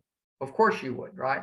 However, and I already discussed this, you will go through phases of growth where you are in budget and then out of budget and then in budget and then out of budget, etc. That's normal. So don't be afraid of that. But do be afraid of being out of budget and not gaining revenue. That's something to be afraid of. Economies of scale creep up in business. In fact, the truth about the bottom line on expenses is as you get bigger, they tend to decrease slightly, and that's purely through economies of scale. Get into a rhythm, visit your money regularly. If you have a single agent business and you're like most single agents, you probably have your 3 closings a month towards the end of the month. You don't need to look at your budget in a week where you didn't pay any bills and you had no closings or revenue come in. If nothing went out and nothing went in, your books this week are exactly like they were last week. So you don't need to look at it. But when you have money coming in and going out every single week, which a lot of agent businesses, groups, you really need to look at it. Because if you want to lose money, have it going in and out and in and out and nobody's watching it. You'll lose money. Trust me. And by the way, mingling money is another way to lose money. Reset your budget annually. That's not accurate. If you're growing, think about it. The minute I hire somebody, my budget changed. Both my expenses went up and my projection for profit, for income should have gone up. So if you hire following the model every 90 days for a year, you've added 4 people. You should have added 100 to 120 units. You will have added salaries as well as cost of sales because it was 2 agents and 2 admin. And you have to change your budget every time you hire. And every time you do that, multiple things change, and they change on the agent side and on the admin side. And we had this discussion yesterday. You cannot project increased sales by the sales force without increased need for support on the admin side, both in lead gen on the front end and in transaction management or listing management on the back end, right? And then observe the trends, look for variances and changes to your ROI. Having a bunch of businesses, I can tell you when I look at it, I'm not reading the line items in the budget. Remember, we built the budget. I signed off on the budgets I believe in. What I'm looking for are variances, because where there's a variance, we either under or overspent what I said we would be spending, or we are over or under on the income I said we'd be making. So I'm only looking at variances typically. And when I look at variances and they're happening regularly in a line item, then I get in a market center, I get with the MCA and say, look, we need to fix this line item. We shouldn't be having variances every month. We need to fix it. And then we get it fixed, and then I no longer see a variance on it. I'm sure that makes sense. Page 5.15, avoid budget model traps. Number 1, not taking the time to understand how the model works and how it connects with other models. We were just talking about that. Number 2, being too lenient with money with the promise of big returns. I have spent money.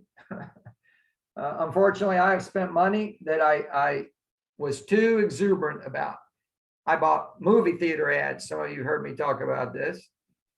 I had a really sharp salesperson want me to meet him at the movie theater, and they'd gone online and done some screenshots. They grabbed some images that we had online and put together a dummy ad in a movie theater, and they sound, and it was great. I walked in, empty movie theater, just the salesperson, and then they started rolling it, and I'm like, oh, this is amazing. We got to do this. So I signed a contract. It was $18,000 a year, $1,500 a month. Yeah. And at the end of, and this is really so indicative of this issue. At the end of the year, everybody all year long, all the team, admin and salespeople have been saying, oh, everybody's talking about the movie theater ad. Everybody's talking, everybody sees it. And I had people talking to me, Rebecca and I, oh, we saw your ad last night. It was amazing. All year long. So at the end of the year, we do 2 pie charts. One is where our business came from, and the other is where our marketing expenditures went, and then we overlay them. So if we got 20% of our business from one source, I'd like to see we spent 20% or less of the money we spent, right? So we want to find the things that are working better than expected, and then we also must find the things that are not working as well as expected. And movie theaters generated 0 business, 0. And I was furious, and I asked to see the intake form, because we have intake forms on every client, right? So there's a list of possible answers to this question. So how did you get our name? And there's a list of typical places that people got our name. We're a past client. We were referred to by a friend. We got it from Facebook. We got it from, you get the point. So there's this little list, and I looked at it, and all year long, there was nothing that said movie theater. So in my stupidity, not my wisdom, I said, well, there's the problem. So I renewed the ad. Another year goes by, 36,000 in the hole now. All year long, everybody sees the ad and tells us about it. And at the end of the year, no sales were directly attributed to it. Everybody saw it. And I tell this story because you really need to hear it. There are things you can do that will get attention and not get appointments. And not get appointments. And a lot of internet lead generation is like that. You can get lots of eyeballs and very few clicks, and the clicks don't turn into appointments. So you got to be clear about this issue. Don't get excited about big returns. What could I have done? Well, I could have said, I'll try 90 days. What could I have done? I could have asked for a list of people that are in real estate who have also run these ads, and I can call and talk to them for references. I didn't do that. I mean, I made so many mistakes here. And it was all because I believed it would be big return, because she told me it would be a big return. It was, in people seeing it. And the number 3, hiring too many people too quickly. That is a common problem. And it's almost always hiring too many agents and not too many admin. It's very rarely done. You remember yesterday on the panel, Skylar mentioned that he actually had deliberately hired people in advance, admin people in advance of hiring salespeople. That is not common in our industry, and it's proven to be extremely smart because it provides lead flow and admin support for the clients of the agents once we bring an agent on. And when you're giving them the leads and you're taking golden care of their clients, buyers or sellers, so that nobody's ever calling the agent with a problem because it's all taken care of, that's how he attracts and keeps really talented people. Chasing GCI instead of ROI, that's really important. Running a strict 30-30-40 business, never wanting to go above or below. Now, we already talked about a big exception on that. And it's really important to understand you will go out of budget if you're growing. You will. But you hold it accountable. Whatever it was you did, you bought a system improvement, or you got a new tool, or you hired a person. But any of those should have a return on investment 90 days to 6 months max, you should be getting that ROI. Number 6, not accounting for your own expense salary. And we already discussed this. Number 7, being uncomfortable with budgeting. And this is a star. This is a reason for you to have a MAPS coach or to have a peer partner or somebody holds you accountable, because most agents just really don't care or are uncomfortable about accounting and budgets. And then leveraging technology. Command will absolutely do this. We already mentioned this. You have a free download with a self-populating budget, line item breakdowns. You got everything you need. Just go and download it. So on page 5.17, it talks about building your own budget. Now, if you look at 5.7, it shows you the MREA model. Now, this is the current MREA 2 data. And I already mentioned, if you're a single agent, you can go straight down where it says the money and move the decimal point straight down. And then you would have the budget on the bottom. On the bottom, the net income would be 100,000. The total expenses would be 150,000. No, I'm sorry, 15,000. The rest of it, the income, you move the decimal point, it would be 75,000. And everything lines up if you just move the decimal point. If you want to do 100 units, you move the decimal point and multiply by 3, and that would give you real close to your units, right? Because this is for 35 units. The other thing you can do is if you have a specific income you're looking at, you can take a percentage of that GCI. Like I want to make, for whatever reason, I want to make 1.2 million. You take that and multiply straight down this list, 5%, 25%, et cetera, all the way down. And then you have your money based on MREA. On the far right where it says my budget plan, it doesn't say this, but I would put there your year to date or the last 12 months running. So you can see what you've done in the last 12 months and then compare it to the MREA current plan that you're trying to build. And I mentioned this yesterday about the economic model, and it's true of the budget model. You've got a budget right now, whether you have actually written it out or printed out or not, you have a budget and you need to put it on paper.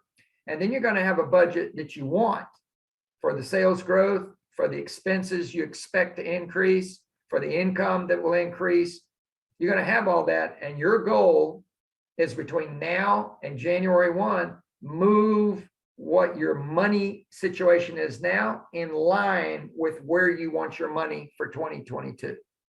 In other words, you're not going to make the money right away that you want to make in 2022, but you can start to pull the expenses and the spending more in alignment with where you need to be for the year. And that's what this is for. On page 5.19, it's got your P&L. And again, you would just download this after you put the data in. And then on page 5.21, it's the 411 again, and you can see where now it's added on the monthly, review the budget model and adjust as needed. It's got nothing on the weekly, but I think it should be weekly and not necessarily every week, but at minimum, the first week of the month, you would do a budget review on the month just ended. So you don't do that on the last week of the month. You do it on the first week of the month for the month just ended. And it would be right here on week 1. All right, so now we're at ahas and action steps. So I'm going to jump out of this and see if you've got any questions or comments, things you want to talk about. Hey, Gene, Chad Laircy here, proudly representing the Southeast region. All right, we've got that mafia here, the Southeast region mafia. I wish I was on the West Coast. I could be over there cheering on my Braves for a National League Championship Series this evening. Whoa. You're digging up some dirt here now. Be careful. I know, but I got to go with it. Hey, all right, so you said, and this is in reference to the MREA percentages, you said most of Gary's top teams do not hit those numbers, but then you followed up with emphasizing that there are a few that have or do.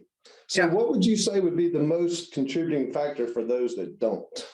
And I'll be one of those. So I will admit that. I'm really Well- struggling with hitting that cost of sale Yeah. percentage. Yep, a whole lot of them cost of sale. And it's historic, meaning this didn't happen after they got big. This has been there from the very beginning. They read the red book. We discussed this yesterday. They saw the buyer agent side was 50%, right? So they immediately pay buyer agents 50%. They get 3 of them. They're tired of managing them. They decide they want to get another one and make one or hire one to be the lead agent. And then they got to give them a 10% override. So now their cost of sales on the buy side is 50% plus 10% or 60%. Their operating expense is 30%. They're only making 10% on the buy side. And they've got 4 talented people who are all working really hard. And to tell them all you're going to roll back their compensation 10% will create fear into every rainmaker, right? So they typically just sit on it. I've worked with a lot of people trying to fix this. And what you typically have to do is you have to literally recast your vision, and you have to mitigate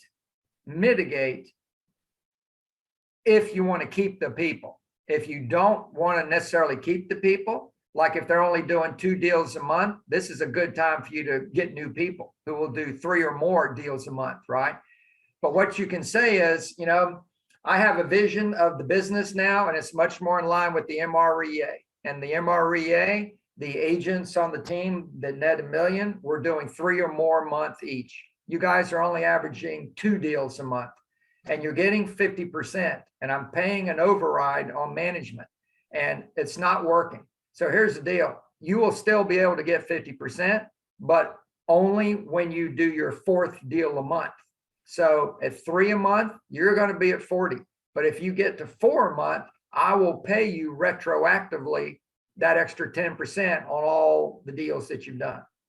So this is that point about margin versus profit, right? Right. If you look at the model, it says this very simply. It says, if you have a buyer agent who does 1 deal a month, you lose money. You literally lose money on that agent. They got leads they didn't convert that could have been converted. They got deals that should have been done that didn't get done, right? If they do 2 deals a month, you break even. And it's the 3rd deal a month where you actually make your profit, right? That's correct. And when you don't honor that, you literally, a lot of agent businesses, big ones, half of what they're doing is adult daycare. They're giving people jobs to make a little bit of money and have a business card, but they're not really making profit for the business. Yeah. Now I can tell you, if you look at high performing teams, they're typically built one of 2 ways, and they're making a lot of sales. They've either got more people than they should have under the theory of, well, if I get 15 or 20 agents, we're going to do at least 10 or 12 deals a month minimum. Or I'm going to get 10 or 12 deals a month minimum with 3 people, each closing 3 or 4 deals a month.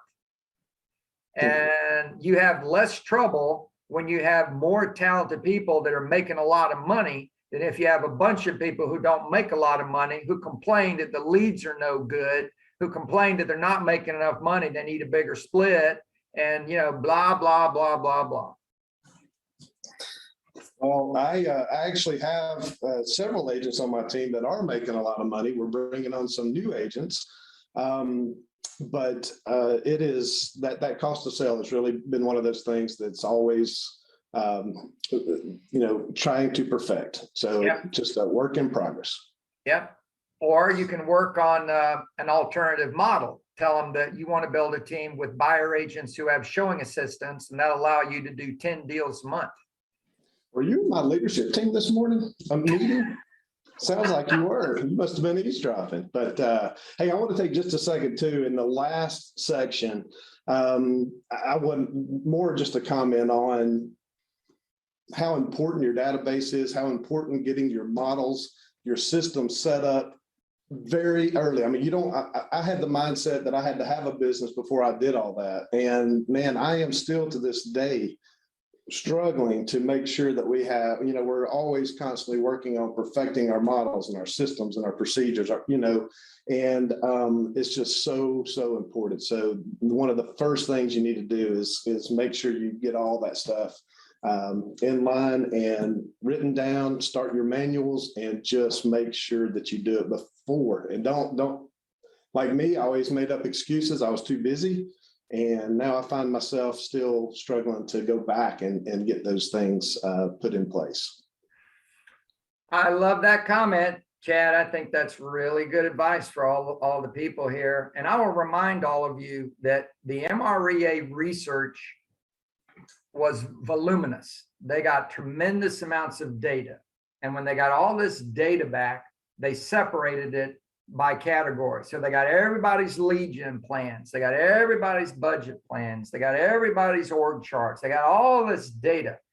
And then they digested all of that data into a series of manuals.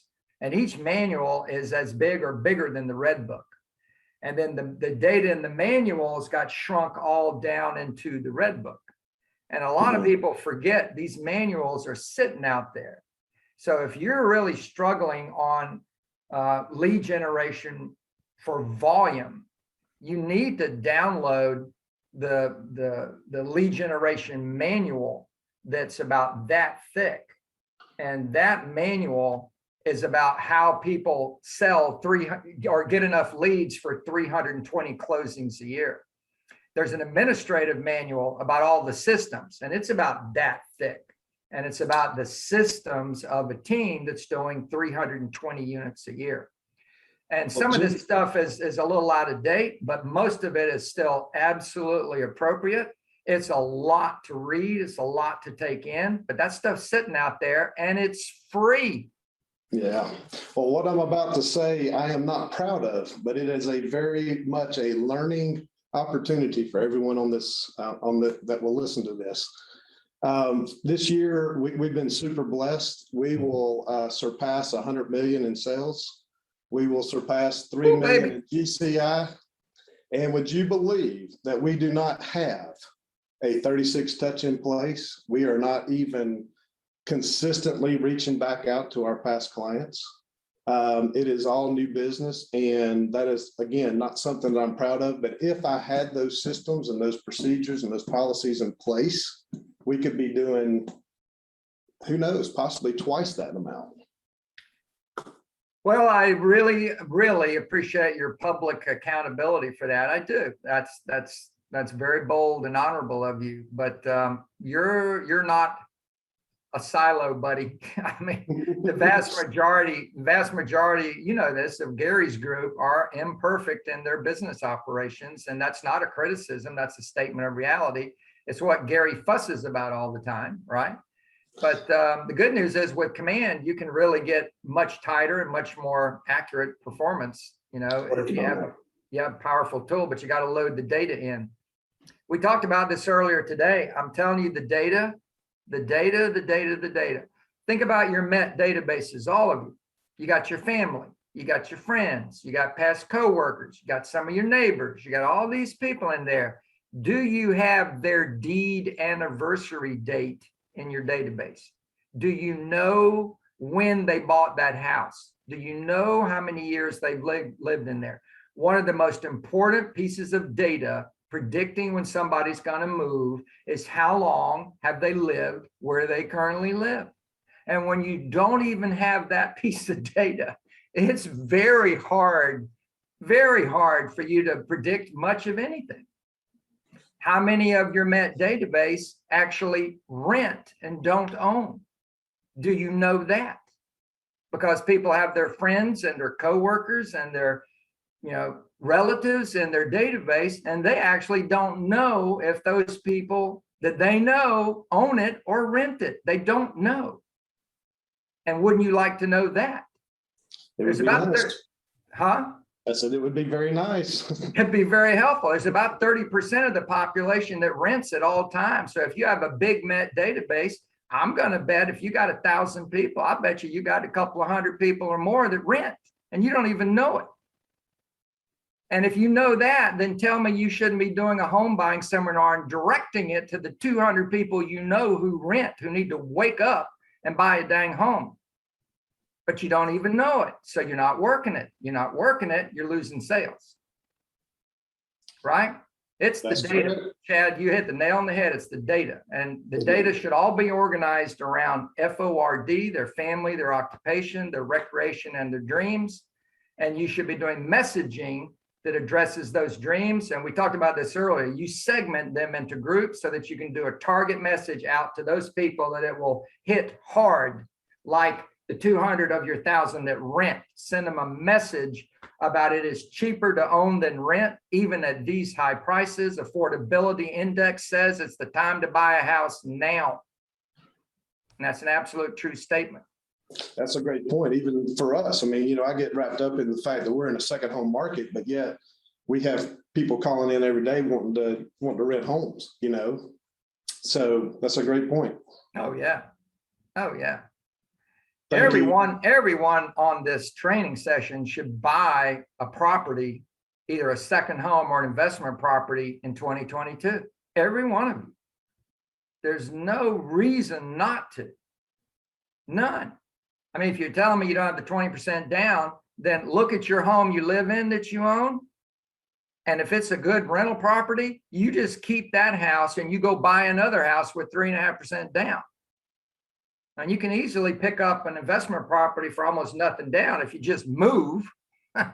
Some of you, if you told your spouse that, hey, you want to move next year? They'd be all over that. Yeah.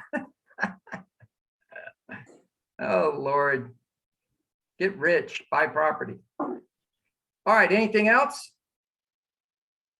No? Let's see where we're at here on the timing. Oh, we're good. We're good. All right, we're going to move into the organizational model. By the way, I'll remind you, when we stop and have conversations, if you need to go to the restroom or get a drink, that's the time, because I am not stopping until the end. Jane, I do have a question. You know what? I knew there might be something out there. Go ahead. And all these touches that we do. Hi, this is Carol from the Chicago area. Oh, I love it. Chicago. How are you doing, Carol? I'm doing well. In our 36 touch or multiple touches to people, you mentioned the movie theater ad, and I've wasted a lot of money. You're going to bring that up, Carol? I'm going to bring it up. So I too have wasted a lot of money on things. And what bothers me is like the SOE, how you bring your ads up to your website to the top. How can you identify which touch really caused your own sphere and past clients to call you? Because there's so many touches. You got social media touches, you got calls, you got emails, you got postcards, movie theater ads, everything's out there. And if they're saying they saw it, okay, was that another touch? Well, that's a really great question, because with larger agent businesses, it really is true that, I'm coming at them in more than one angle. I mean, my wife and I have been on radio for a long time, and people have heard us. My wife has been the real estate expert on the local ABC station. Once a month, she does a talk on the news about real estate in the area. So there's all this stuff, right? Now, a bunch of this stuff we don't do now. We did it before, but still, the point is, they see me here, they see me in their mailbox, they see me on the web, they see me on Facebook. What was it? And what you have to do is you have to ask 3 times. So when somebody calls, hey, I need to move, we're having another kid, we need to sell this house and get a bigger house. Wonderful. You should always use the same script. I don't care what the call is. Wonderful. Hold on a minute. I need to pull up a form and ask you a few questions. Now, you should say that. And you should ask them, whether it's a buyer or a seller, you should have a form and you ask questions. And one of the questions is, and what made you call us? Or how did you get my name? However you want to word it. And then you have a list of reasons, right? So they'll tell you a reason. Now, here's the funny thing. The Mets, they'll tell you one thing. Well, you sold us our home before, right? And then when you have the consultation, when you have the buyer consult or the seller consult, you ask them again. And what was it that made you call the Rivers team? May I ask that question? And sometimes they'll tell you something else. And then we ask again post-closing. we asked them to do an evaluation on the process post-closing, right? And one of the questions we're going to ask them then, and what was it that made you call the Rivers team? Now, what you'll find over time is that you add up all these numbers. Now, again, this is only going to work with larger agent businesses that have had a lot going on for a while, but you'll add it all up and you'll start to realize, you know what? It's our 24 touches that seem to have the most impact. Or for our special clients, it's the parties that seem to have the most impact. Or it's our charity fundraising events that have a strong result for about 25% of our business, right? So you'll start to find that people are definitely driven by more things than others to use you. But if you don't get a lot of data covering a lot of data points, you can't really parse it out. And I usually ask the one question, how did you find it? Yeah, ask 3 times. And ask 3 times. Okay. First point of contact, at the consult, post-closing. Ask 3 times. And it's just funny. You'll start to see more than one thing. Okay. All right. Thank you. Sure. Okay. So now we are at the org model. We could talk a lot about the org model. We have limited time though. Here is a look, and it's on page 6.1. This is a look at the current 7th level org chart for the net $1 million org chart. And this is actually more than $1 million because it's got expansion locations. And you'll notice that the person who built this business has one person reporting to them, and it's the CEO of the business who replaced them at level 6. The U was where the CEO is. They're the CEO, right? The reports to the CEO are the director of lead generation, which is the head of the telemarketing department, the overall admin director, also director of operations is another title, but that's the lead administrative person. And then the director of sales, the person over all the agents, and the expansion director. So there's nothing required in terms of having an expansion business. You could be at 7th level without the expansion. But the point is the CEO has 3 or 4 direct reports, and that's it. And that's really important to see. The director of lead generation, look at that, only has 2 direct reports, not 3.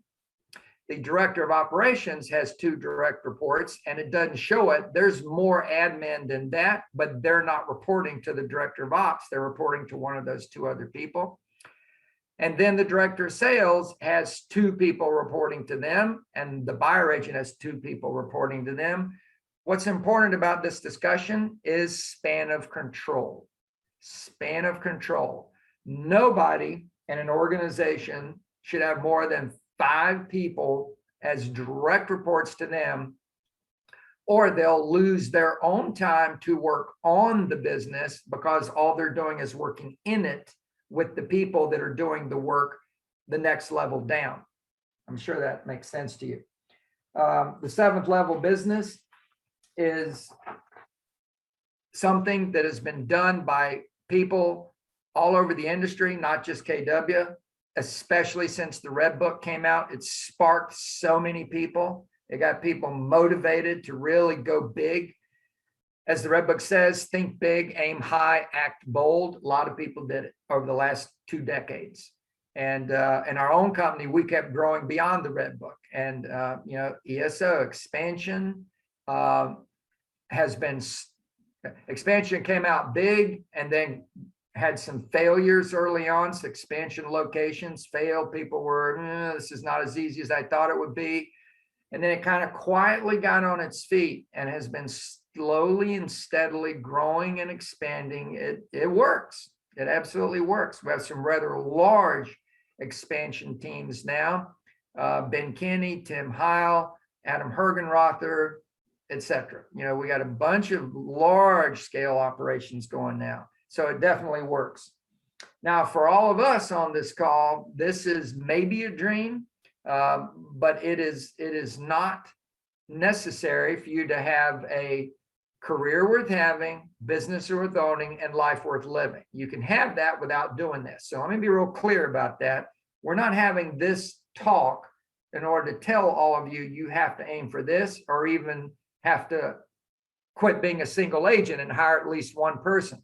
Although I think there's a strong argument for that. But we'll talk about that later. I just want you to know that the company's goal can be fulfilled at any level. When you look at this issue on page 6.3, it talks about starting the hiring process. Did I miss a page here? No, I didn't. Let me back up. So on page 6.3, it talks about the 3 hiring drivers are your leads. In order to grow, you need to have more leads because you're going to need more revenue. If you're a single agent and you're doing 30 to 40 deals, you are classically ready to hire somebody. And when I say classically, I mean every one of those people that have been studied in our company, they're working too much. If they are not seller-based, meaning if they're not doing 50 to 60% of their closed sales sellers, then they're really working more than 40 to 50 hours a week. I mentioned this earlier, the studies on the people who were doing 5 years later, the 30 to 40 deals, with 36 being the common number. The 2 things that stood out about them is, number 1, they were seller-based, 50 to 60%. And number 2, that they were using 2, no more than 3 lead generation sources to do their business, with 2 being the most common thing that they were doing. So in order to grow beyond that, if you're going to hire an admin, you're going to need to pay them. So you're going to need to close more deals. You don't want to hire them and make less money. You want to hire them and get more time back in your life, right? You don't want to give up your money. But in order to do that, you got to do more sales. So you've got to grow your lead flow to the point where you have more leads than you need. My wife, when we started growing our team business, this was before KW, before the Red Book. There wasn't any training on doing this for an agent's business. But my wife and I started realizing that we had enough lead flow that we were picking and choosing who to work with. And we were throwing leads away, just literally throwing them away. And my wife started saying, you know what, I think somebody could eat out of our garbage can. And I knew what she meant, is that there's enough money there that we should hire somebody.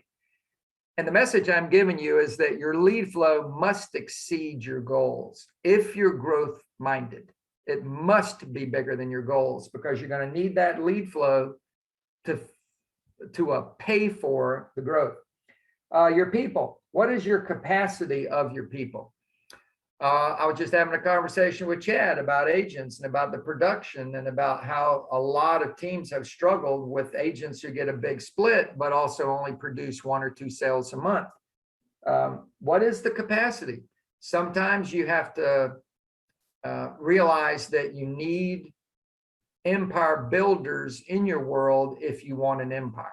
You will not build an empire alone. You need empire builders in your world if you want an empire. So in this chart that we're looking at, that director of lead generation is building an empire inside the overall Rainmakers empire. The director of ops has an administrative department that's quite sizable. That ops department is feeding all of those expansion locations, handling all of those listings, handling all of those transaction closings. They're doing quite a lot of work that, again, there's more admin than what is there. They have an empire. And the director of sales, same thing. They're building an empire inside the overall empire. There's 4 empires being built inside this empire. 4. My wife and I have 10 businesses. We have people building empires inside the empire that we call the Rivers Group. And there's nothing more important than understanding the need to get leverage if you want to build something significant, and the people that are your direct reports. And that's what this is about. Number 3, the hiring drivers is your market. And I could easily say, well, forget about the market. It doesn't matter. And when I say that to you, I'm not saying the market doesn't matter. But what I'm saying is there's plenty of houses being bought and sold. We are in a record year, not top year. I mean, we don't know yet, but definitely top 3 maybe years. So there's plenty of houses being bought and sold. If you want to build an empire, you can do it. It's going to take one thing, WORK, work, just work, nothing complicated.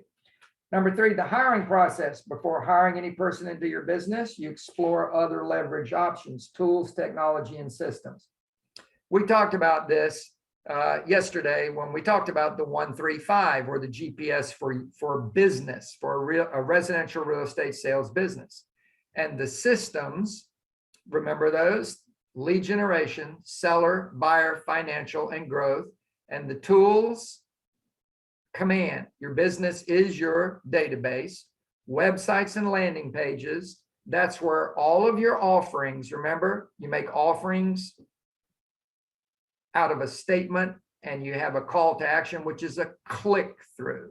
All of those click throughs go to a landing page or a website where they register to get the offering, right? And then you've got yourself a lead, right? So the websites or landing pages, and then the app, and then the collateral material, all that stuff, selling guides, buying guides, investment, all that stuff, right? And then target tools that you need. This is what they're talking about here, the tools. And then the last thing is the people. Now, I'm not going to argue with this statement, but I am going to say this. Most single agents who get to 30 to 40 are kind of messy when it comes to their systems and their use of tools, kind of messy. They kind of use command, but kind of don't too, right? We were having that open discussion about using the database properly. And again, Chad and I were talking about almost nobody's got enough good data in their database to properly data mine. Now, all that's going on. Guess what? You'll never fix it. And I hear this from agents all the time. Well, I sure could use some admin help, but I don't know when I'd find the time to train them. And I got to get everything organized first before I bring them on. Really? You who are a hot mess are going to get yourself organized first, and then you'll make the hire. Well, that ship ain't ever coming into your harbor. That's not happening. One of the main benefits of making your first admin hire is to get your systems in place, is to implement that GPS or 135 I showed you. They're going to codify all of your systems. Your lead generation system will become a true 30-day wheel. You will have high consistency with things you do once a month, twice a month, weekly, daily, weekends. It's all going to be a wheel. You just keep doing it over and over, and you never miss a step, over and over. It'll be written out. It'll be in command. It'll be set up.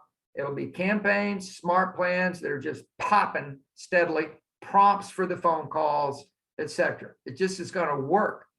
They're going to have the seller and the buyer system mapped out where the experience and the relationship are at a high enough level to get referrals out of people before they close and definitely after they close. It is about what happens between first point of contact and the closing table that gets you a referral. And if it's done really well, you should get a referral before the closing. Before the closing, right? And then the financial system, that 30-day wheel again, the financial system is about your budget and is about staying on track. And are you at 30, 30, 40? And when you finally have that first admin person, someone will be working to keep you at 30, 30, 40, right? And then the last one is the target tools that you might need in terms of tools for any of those systems that you need. So attend to 3-part. I'd like to just take a moment and say that messy single agent that's doing 30 units, I think you're talking to me, sir. Could be. Could be a lot of people out there. Me too. Yeah, well, if that's you, then you need to look at your budget. And if you're over 300,000 average sales price, you can afford to hire that quality admin. And here's the truth about this. I said I wasn't going to push it, but I'm not pushing, I'm talking truth. If you're closing 2 deals a month, and a lot of you are doing 2 deals a month, I'm guessing, 2 deals a month. In order for you to close 2 deals a month every month, you're closing 2 this month, but you're putting together 2 deals that'll close next month. And you don't close everything you touch. So you probably got another 2 deals that aren't happening or might happen, but you're working 6 deals all the time. In order to have 2 a month close every month, you got at least 6 deals you're floating. Now, That sounds right. yeah, now you're so busy that your customer service is either flat or it's actually declining. And when you hit 3 deals a month, your customer service is absolutely going down. And you can hear yourself do this. Hey, Bob, it's Gene. I'm so sorry. I know you called me this morning at 9. I had a buyer in from out of town all day. How can I help you? Hey, Mary, I'm sorry. I know I told you I'd get those brochures over there today. I'm going to have to do it in the morning. I'm so sorry. When you start apologizing to current clients, buyers or sellers, just start apologizing. You are killing customer service, which is killing referral business. And when you are in that mode, you're working all hours, customer service is down, you're just working for money. And what you should do is stop and rethink. I need to be working for customer service and for a life worth living. And if I hire a full-time quality administrative person, I'll get both of those things back. I'll get my life worth living and I will be giving great customer service again. And that's the issue of a single agent at 30 to 40. What's happening to your customer service? And are you giving up your life worth living? And that's a tough thing, but I'm telling you, get over it, hire somebody. Life gets so much better. So back to the comment here on page 6.3, attend the 3-part KWU leverage series. What they're talking about there is simply career visioning, 30, 60, 90, STO. They're on around the country all the time. There's a lot of them being done now by Zoom. I've got a career visioning in Zoom coming up in November. I've got the 30, 60, 90 1 month later in the early part of December. I mean, they're going on all the time. However, you should always be lead generating for talent. The 3 kinds of talent they're talking about are people who are doing the job that you might want to hire somebody to do, people that are doing the job before the job that you want them to do, or people that have talent, intelligence, education, motivation, integrity, but they're kind of new. And that would be the potential talent. I like hiring potential talent. I like it. Consult your budget model, know the ROI of each hire. And we already talked about this.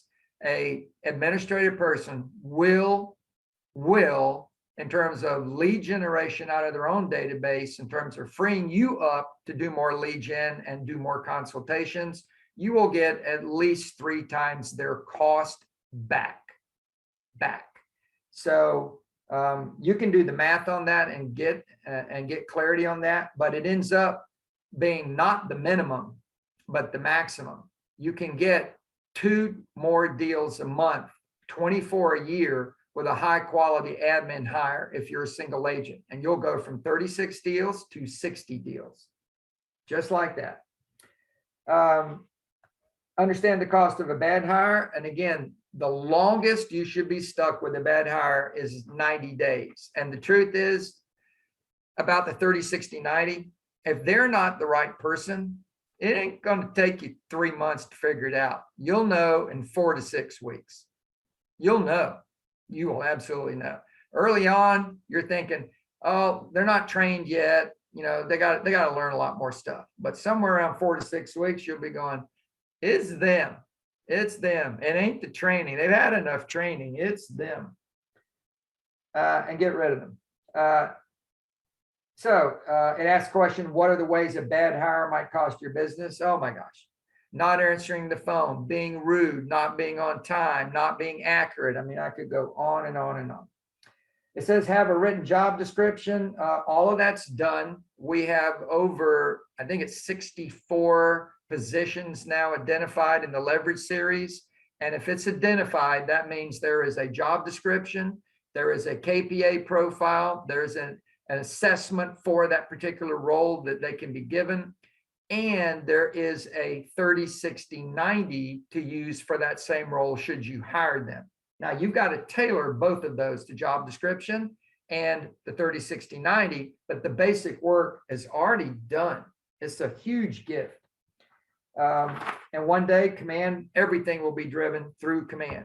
So here's that first level hire, level 1 in the 7th level chart. This is you, the single agent. That's 36 deals a year.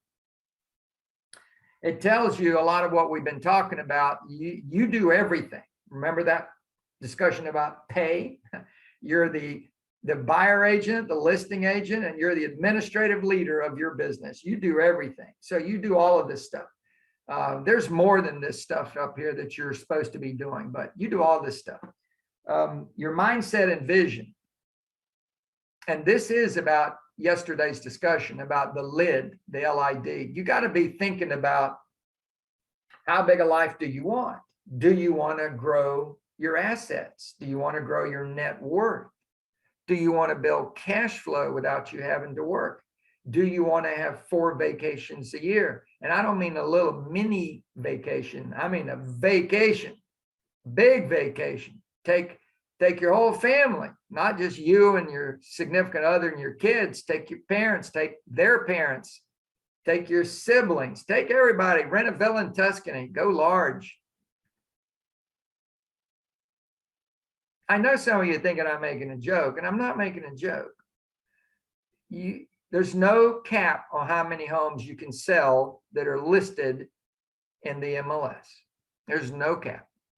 There's nothing between you and selling more houses than you. That's it. And if you wake up and realize what your life could look like, you might get more interested in what we're talking about right now.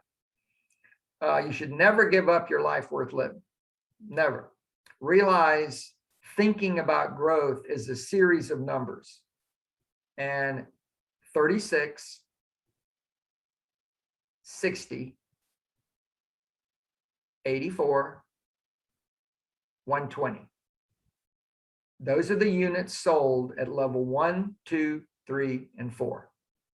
And you can build that team in less than a year.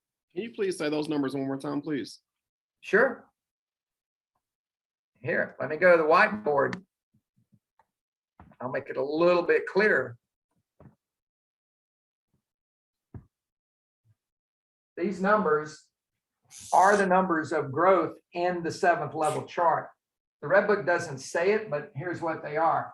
It's 36, 60, 84, 120. And what that represents is the agent. I'm going to put an R for Rainmaker.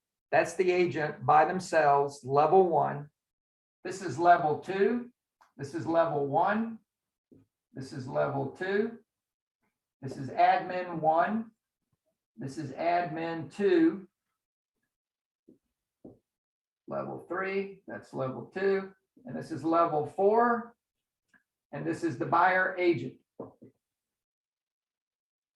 That's it.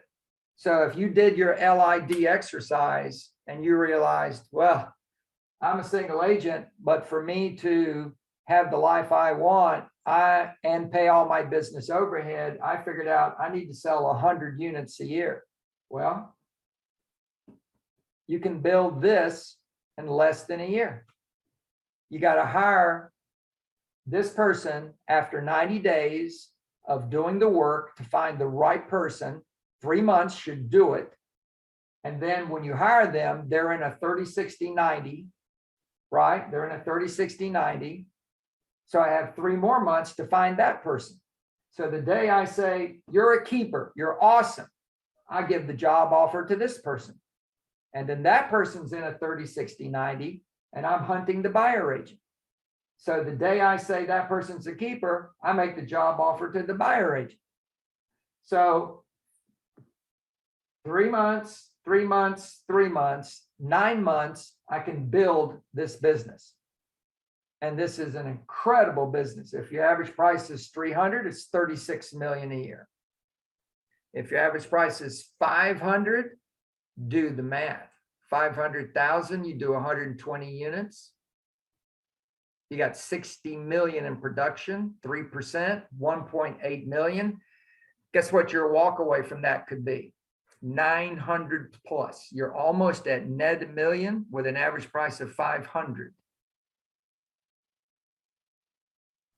Do not ignore Quantum Leap. If you've not taken Quantum Leap recently or ever, you need to take it, and you need to think about your life very seriously, because the world can give you what you want if you just ask for it.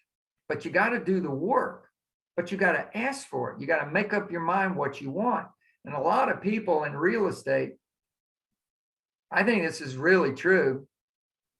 I think I mentioned this yesterday. I think a lot of people in real estate are making more money than they ever made before. They're making more money than whatever they were doing before they got into real estate.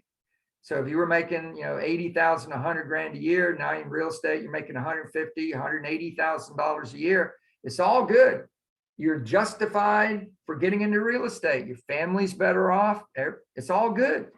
But that doesn't mean you literally are making enough money for the life worth living as you would map it to be. If you sat down and said, well, gee, if I had my dream life, my dream life, this is what it would look like. I don't mean stupid like Lear jets and yachts. I don't mean that. I just mean a big life. What does it look like? Make up your mind about that and get after it. And it's all about these numbers. It's just how many people do I need to hire to sell how many houses I need to sell in order to make the money I want to make, right? That's it. Okay, let me go back to this. Ooh, look at all y'all out there. Okay, there we go. That's level 1. Level 2, that's second admin hire. We already talked about that. That second admin hire, you will have in charge of systems. That's what they'll do, is systems. It says the area of mastery that the agent needs to learn is hiring, training, and accountability. That's absolutely true. But the hiring and the training and accountability is taught in the Leverage series, Career Visioning 30, 60, 90 STO. If you're going to hire for the first time, you need to take that as soon as possible, and you need to probably take it more than once as soon as possible. Gary says you need to take it at least 20 or 30 times before you really get it under your belt. I would tell you, I think using it is also learning it. So I think it's a mix of, well, how much hiring are you planning on doing, and how many times have you had it before? I think you can mix up using it and teaching it. I know that's certainly been my track record. You don't have to do it 20 times. If you can take it 5 or 6 times and use it 15 times, you got your 20 times, right? And I'm not saying you'll use it 15 times because you're going to hire 15 people. I'm saying because you might use it 15 times in order to make one good hire, right? Could you repeat the name of that class? Sure. It's Career Visioning. It's called the Leverage series. If you want to look it up on KW Connect, it's the Leverage series, and it's 3 courses. It's Career Visioning, and that's about defining, finding, and hiring people. 30, 60, 90 is about getting them up and running and productive in 3 months or less. And then STO, Success Through Others, that's about long-term strategies with people that are working in your organization. Those are the 3. Normally they're taught together, but they're also taught separately. It used to be 2.5 days. Now it's 2 days, 1 full day for CV, 1 full day for 30, 60, 90 and STO both. Okay, where are we here? Okay, so the second level Again, that will add 60 units. That will add 24 units to the 36 at level 1. So this is a 60 unit level, 60 units. It's got nothing to do with price. It's 60 units. The third level coming up next. Again, this hire is going to be about systems, getting all those systems in place. The third level hire is another admin, and notice it says lead admin and transaction coordinator. If you look in the red book, these bubbles have changed. In the red book, this second level first hire you make, it says admin, it was called first assistant in the red book. And the reason it was called that is Gary and Jay and Dave were simply asking all these net $1 million agents, so what was your first hire? And a whole bunch of them, the majority said, oh, I hired my first assistant. So they wrote first assistant. First assistant could be an executive assistant or an assistant to the executive. And neither one of those is a operations director. So a lot of people hired a first assistant, but that meant a lot of different things to different people, right? At the end of the day, if you're trying to grow what we talked about a second ago, a level 4 team, you want an operations person. You want to hire an operations person. And that is the first thing that they're going to do is implement the operations, the systems and tools of the business. When you get to level 3, in the red book, it says one is a transaction and the other is a marketing administrative person. Typically, the transaction coordinator is going to be the data-driven person and the marketing administrator will be the leader, typically. So it says that there. Now, this level can produce 84 units a year. There's the capacity on the admin side to support and create 84 units. The agent, the rainmaker, though, is going to be working super hard, super hard. And the point I'm getting at, and it's not discussed a lot, is that the only reason you go to this level 3 typically is not to stay there. It's because you want to hire the buyer agent. So the person that's here gets that first admin, things are running really smooth, and they want to keep growing. They now know that they need a strong admin core to support with lead gen and with client support in transactions and in listing management. They've got to get more admin. And then you go to this. Now this is level 4. And this level 4 you're staring at has 2 parts. And understand the simple issue about levels, level 1, 2, 3, 4, 5, 6, 7. What makes the rainmaker at a certain level is the job description that the rainmaker has, right?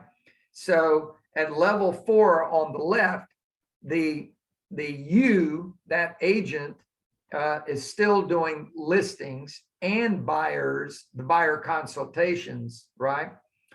On part 2, on the other side, you see that they've given up the buyers, which was the plan in the level 4 in the red book, to give up all the buyers. So they gave up part of the buyer in part 1 and all of the buyer in part 2.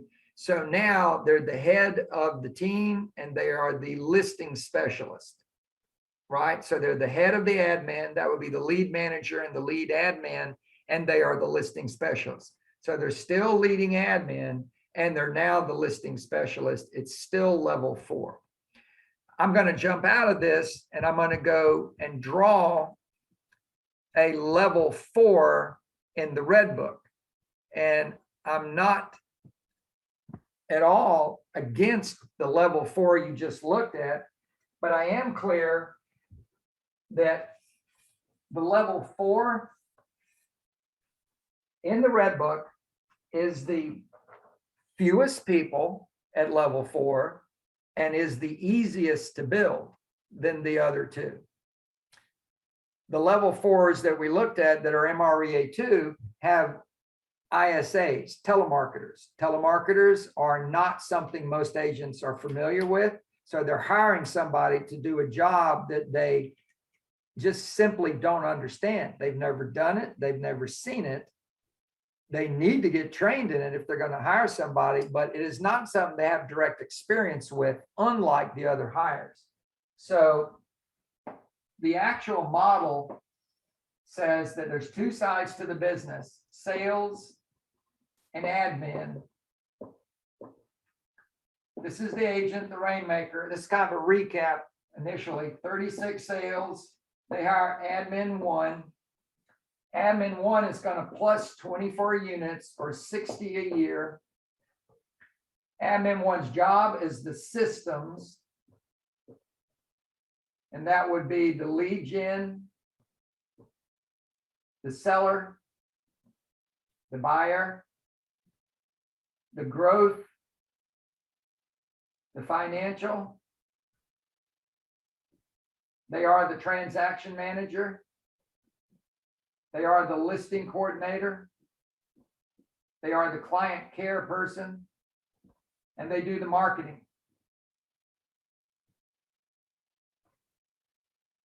That look like a lot? It is a lot. And that's everything this person's supposed to be doing while they're selling 36 houses.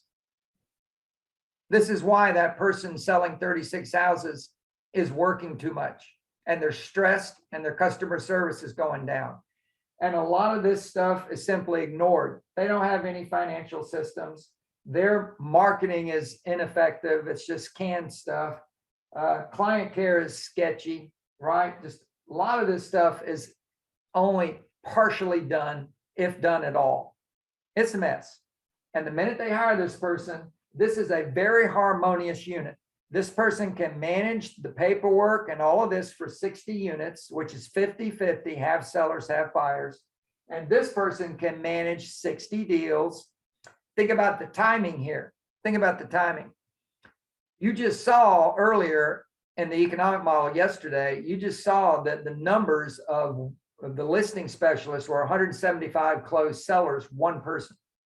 In the red book, it was 160 closed sellers, one person. In this model, this agent gave up all the admin work, and now they're going to produce 70 closed sellers, which is half or less than half of what MREA 1 and MREA 2 listing agents did. So they have plenty of time to do their listings, right? No worries. And then the other half of the week is spent hiring this person, training this person, leading this person. Now, admin 2, this person is the transaction and systems person. This person is marketing, admin. They take over the marketing. They take over the lead gen system, lead gen, marketing. They take over the listing management because they're going to use the listings to do a lot of lead generation. They are the client care person. And that covers it. This person's going to plus 24 units in capacity also, which would be 84 for the year. But again, that capacity is too much for this person, but it doesn't matter. They hired this person in order to hire this person, which is the buyer agent. That person will plus 36 units. 36 plus 84 is 120 for the year.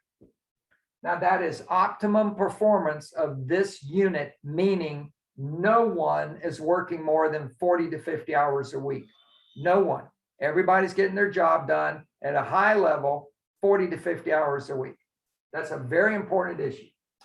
Now, the way it breaks down though, and when I say breaks down, meaning that people don't follow the model, the way it breaks down is this person gets that done right. They're so happy. They just want to get the buyers off their plate. It's not the 30 sellers, it's the 30 buyers that are killing them. So they just want to go and straight and get the buyer agent. Now look at what happens. 60 units plus 36 units, that's 96 units. These two people can produce 96 closed buyers and sellers What's happened to this person? They're drowning. What's happened to customer service? It's in the toilet. But wait, it's worse than that. This person's giving up 50 to 60% of the money, and yet this person's drowning, so they're not giving good support to this person. They're not getting good lead flow for this person. So this person's sitting there thinking, why am I here? I'm doing everything I did on my own, and I'm making less than half the money. And often this one and this one quit and start their own team because this person is an idiot and did it wrong. This person is right to look at where they are, but what they misunderstand is they need to put the support in place first before they add more volume. And that's why the gap between hiring this one and this one is only 90 days. It's a 30, 60, 90, right? So it's 90 days here, 90 days here, and 90 days here. But that gap is only 90 days. So when you hire this person, guess what? Guess what their job is? Marketing admin, to blow up the lead flow. What lead flow? Seller lead flow. This person's already got 30 buyers here, and with increased listings, they'll get more buyers easily, right? Right. So what this person wants is more seller appointments so that I can get rid of the buyers and focus on the sellers. So in 90 days, this person's job is to get more seller appointments than has ever happened in this agent's business. And that's what they're going to do. And when they do that, the buyer agent gets 30 plus buyers dropped into their lap. That's massive good bait for a buyer agent, right? And they're getting full support from these two people in their role. So they have a career worth having. The way it shakes out is 70 closed sellers, 50 closed buyers. That's optimal, 120. The minimum would be 100, which would be 60 and 40. And that's the way it's done right. And this is the simplest, easiest way. This person understands all of this stuff. They may not have done it perfectly, but they understand all of this stuff. And they certainly understand working with buyers. So this is a very intuitive business for this person. Hiring a showing assistant, which they often have never had, and hiring a telemarketer that they've never had is much less intuitive. And it's also 3 salaries instead of 2. So are there any questions about that? So Jean, Deborah Montclair. Hello, Deborah. So listen, the entrepreneurial instinct is so strong in many of us that we want to go straight to that buyer's agent, right? Yeah. And that's just the instinct. Yeah. When we should be putting the systems in place first and foremost, right? Yeah. And so I did have a question, but what was my question? It's just, I guess, figuring out how to stay focused on the models. You got, here's what you have to focus on, Deborah, is that you must have admin support before you add salespeople. It's support for the lead flow. It's support for the transaction management. It's support for the sellers. It's all about customer service. And customer service is fundamentally an administrative function. The agents, whether they're buyer or seller, are out doing another deal. So who's going to handle the phone call from a seller or a buyer? The admin. So it's strictly an admin responsibility. And if the transaction manager and the listing manager do their job really well, then what's going to happen is the agents don't get any calls from the buyers or the sellers because they're happy, because the TC and the listing manager are keeping them happy, right? Yeah. And so here's my question. At what point do you, as a single agent, decide that it's time to get a maps coach to keep me on track here with using the systems and the models and, Well, when we did the 135 yesterday, if you recall, the maps coach was part of that people, right? That people identification. And you can get the MAPS coach before you hire anybody, or you can get them at the first hire, or you can get them whenever. But I'd highly recommend you have a coach. And the simple truth is you need a MAPS coach, because the MAPS coach knows the models and follows the models. You get a Buffini coach or a Ferry coach. There's some very nice people who are very nice coaches, but they don't understand our models. So they're going to screw you it up. And I say that with love, but I mean, I've talked to people who've been KW agents and they have a coach from a different system, and they explain to me what's going on. I said, well, you got somebody's coaching you against our models. Why are you doing that? It's crazy. I mean, it is, it's crazy.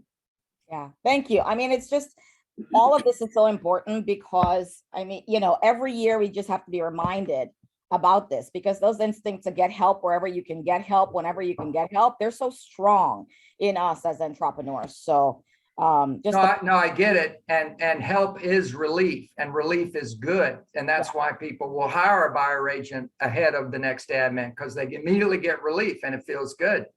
Yes, sir. But it's just like, instead of hiring your first full-time admin, you could hire 1 or 2 virtual assistants, and that's help, and that feels good.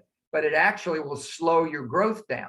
Yeah, you got some relief, but you're not going to grow as fast as if you hired a full-time, high-quality administrative person who would bring their database and do customer care. Your VAs ain't doing much in the way of customer care. They're not meeting them in the lobby. They're not going over the paperwork. They're not taking flowers to the house. There's all kinds of stuff that's not happening with your virtuals, right? It's crazy. Yep. Well, that's why we take business planning with you every year. So thank you. Okay. Well, thank you. Jane, this is Mika Wilson in Atlanta Midtown. So in between that first admin, do you stand behind some contract showing assistant help as we get to that point of hiring that first admin and having so much on the plate? Do you say yes to that, or what do you say? Well, it's not about yes or no. I mean, you can, if MREA 2 models tell us anything, there's several different routes to get to the end game, right? And there's no doubt about it. But if you're trying to move fast, understand leverage is getting a big chunk of work off your plate totally. So if you choose to get a showing assistant, you've kept the buyer consultation, you've kept the buyer contract execution and negotiation, right? Mm-hmm. So every buyer consult or buyer contract negotiation you do is a seller you could have been doing, right? You could have been on another seller appointment.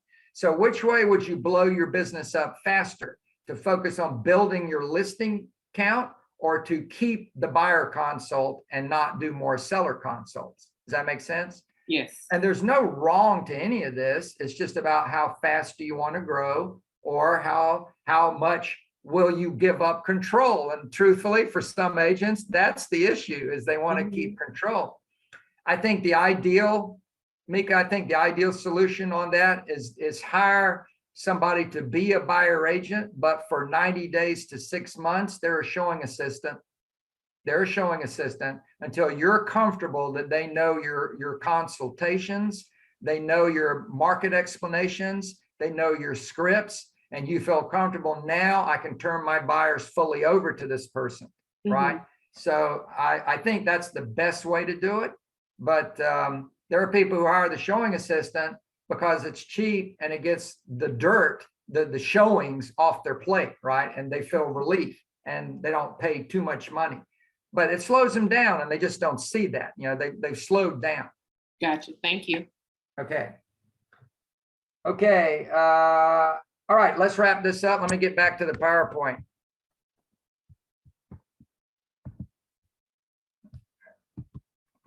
So we've been talking about this, the level 4, these different models you've got on page 6.7. And we already discussed this. You've got at the level 1 here, you've got a lead manager, you've got 2 admin, and then the showing assistant. And then part 2, you've got, again, the lead buyer agent now who has another showing assistant or 2 showing assistants. And then the lead manager has got an ISA. And I want you to remember, when you look at this, this is not the end game. This is happening because someone is building to the 7th level, and that's why it's happening. Level 5, the same thing. This is a continuum of hiring. Just think about what we're looking at here is they started to grow and they hired and they hired and they hired and they hired. And here's where they end up. They hired, this is level 6, part 1, part 2, even more hires. Now we have expansion going on.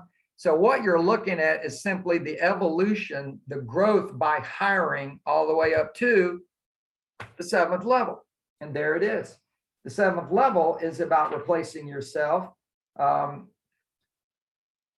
There are not a lot of people who've done that, but there are enough who have done it to understand that the typical way that this works is you're at net $1 million and you want to hire your own replacement to be the CEO. That person is probably going to cost you, and this varies, but that person is probably going to cost you between $250,000 and $400,000 a year plus. So if you're the rainmaker and I'm making $1 million and now I hire this person and pay him 400, their charge is going to be get me back to my $1 million. So you need to grow this business and get me back to my $1 million. And when they get to the $1 million, then typically the plus is now you and me will share in the money, the profit over my $1 million and your 400. Now that's what they do.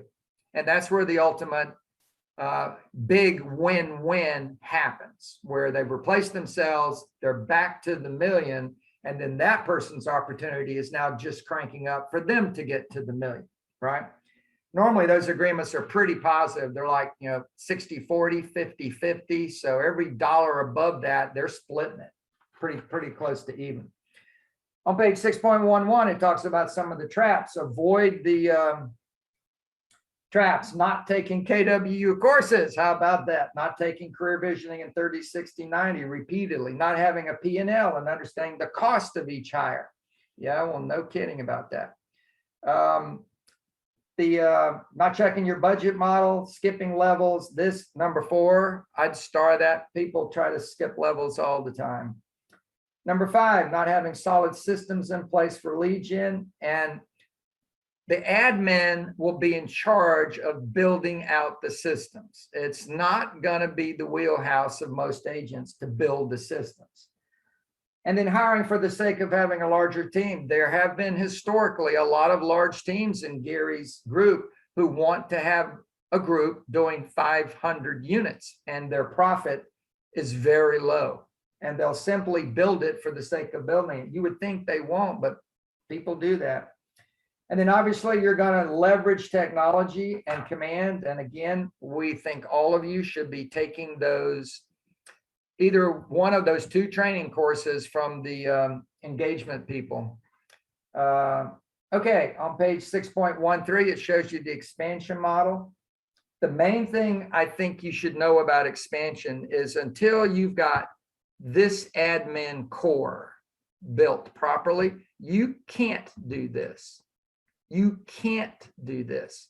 You have to be able to lead generate so well, you can go to another city and another state and churn out leads in a matter of hours. And I mean it. You know how to go online, you know how to post ads, you know how to do SEO, pay-per-click, whatever. You know how to take a feed with FSBOs and expireds and get on the phone and book appointments from another state or another country. And there are people that are doing this. They got people in the Philippines or in Bermuda that are booking appointments for them. So you got to have all that working and working really smoothly so that you can scale it up for every expansion unit you have. An expansion unit's going to do 50 units or more, or it's not worth doing the expansion unit, right? Okay, so your organizational chart on page 6.15 says, where are you? This is about where you are now. If it's just you, if you're a single agent, then it's just you. It's already drawn for you. You have a question here about your areas of mastery. This won't be any surprise. If you do this assessment on yourself, you're going to find that everything that needs to be done is not your wheelhouse. And you should focus on the things that are your wheelhouse and leverage to the rest of it. I did buyers and sellers early on in my career, like almost everybody does. And when I finally became a listing specialist, that was my wheelhouse. And when I gave up buyers, it really blew our business up because I focused heavily on that. And I moved out of the listing role after about a half a dozen years and off the team. I went off to do market centers and buyout of failing market centers and turnarounds and to start other businesses that we now own. I have dabbled back in and out of the team regularly. Our pictures are still on the signs and everything, but it's not necessary that I show up, thank God. On page 6.17, it asks about your future organization. Now, you can build this as your someday plan. And Gary says you can be anywhere you want to be in 5 years. I already showed you can build a level 4 team in less than a year. And if you keep hiring every 90 days, it literally is a 3-year plan to build a machine that can net you $1 million. You won't get the million until the 4th or the 5th year, but you can build it. And the reason it takes longer for almost everybody is because hiring every 90 days will include some hiccups where you gotta back up and replace somebody that you thought was a keeper and who's not. I would encourage you to follow the models, no kidding, and a MAPS coach will help you better than just about anything else you could do. So you're going to add this to your 411, and you'll see it on page 6.19, where you've got the leverage series up there on the right, and registering this month for career visioning. Now, let's hop out and let's do questions, ahas. What's on your mind? Okay, I'll go with my ahas on the last topic that you just discussed, my business, my current organization, and how I rate myself. I realized that my ratings are not very high, and I realized not that I don't know, it's just because of the number of transactions that I'm handling by myself, everything falls through the cracks. And when you said, are you apologizing? I realized, in the last 2 weeks, I've been apologizing because I have so much on my plate that it's costing me business. So that was my aha, just to see that I do need to replace my admin who disappeared. And it's just like, if they disappear, you should replace them immediately. Yep. I appreciate your honesty, and the truth is, your reality is a lot of agents' realities. Their customer service starts to suffer when they don't have quality support, and they kind of ignore it, because unless somebody's screaming at you every day, you can kind of ignore it, but you shouldn't. You're in this business, if it's a lifetime career, you're in it for a repeat and referral business. You're not in it for any one paycheck. You're in it for people that are so happy they'll send you business, and they do it over and over again. And the part you didn't mention was, not only are you apologizing, but it stresses you out. Oh yeah. To know that people are unhappy with you. That's very stressful. Oh yeah, because I need to sit down and text people or email them at 10 o'clock at night, and I don't like them to see me working at 10 o'clock at night, because that gives them a different perception. But in any case, so my next question will be, if I want to focus on the seller's business, which has been, it's like 65% of my business, can I just refer out my buyers for 30% referral and until my business is built, or no, just focus on hiring the right person? And well, if I understand what you said, 70% of your business is sellers. Yes. That's awesome. Here's the issue. Everybody's fighting for market share. Everybody's trying to get market share. Everybody. And when you have a piece of market share, also known as a buyer, sitting in your hand, that you can help them buy a house, and then they can 7 years later be a seller for you. But between now and 7 years, they can also refer you this deal, that deal, this other deal. You don't know, right? You don't know who has influence. You don't know who could really be that person that changes your business, right? In some way. So true. And you gave it away. You got 30%, yeah, but you gave away market share. That person will now be supporting that agent, and it will be their listing. So I think a better strategy is to hire the right admin, get the work off your plate, and keep those buyers. And if you don't want to keep buyers, and I didn't, then get admin too and hire the buyer agent. Okay. Yep. All right. Thank you. Yep. Yep. What else? What's on your mind? I will share. I love what you said about, you're kind of too busy when you start apologizing for being busy. And I did make the mistake of coaching outside of KW. And one of the top things I learned from Brian Buffini is when you say you're too busy, that's just like saying, don't send me referrals. And so I did learn from him never to admit that I'm too busy, because that repels referrals. It does, but I'm gonna turn that sideways. You should not ever feel like you don't have enough time. Everybody's got the same amount of time every single day on this planet. Is that true, Trey? Yes, sir. Everybody's got it. And we already showed you can sell 36 houses or 60 or 84 or 120 or 240, and you can do it in 40 hours a week or less. Or less. The issue is, how much leverage are you using? How good are your systems, your tools, and your people? And when you do it right, you'll never say, well, I don't have time for that. You say, well, let's make time. My wife and I have a lot going on, and it's a lot. But last week, we flew up and spent 6 days with my daughter, who's having a big show opening at the museum. She's a curator. She has her PhD in art history, and she curates.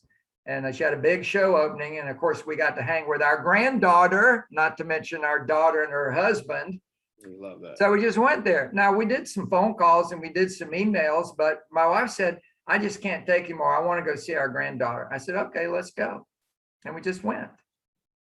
I have enough time. If I want to find the time for something, I've got the time for it, right? And that's the point. You need to get to a place where the things that matter, you have time for them.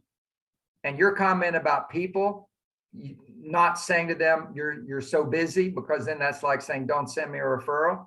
You should always have time for people, right?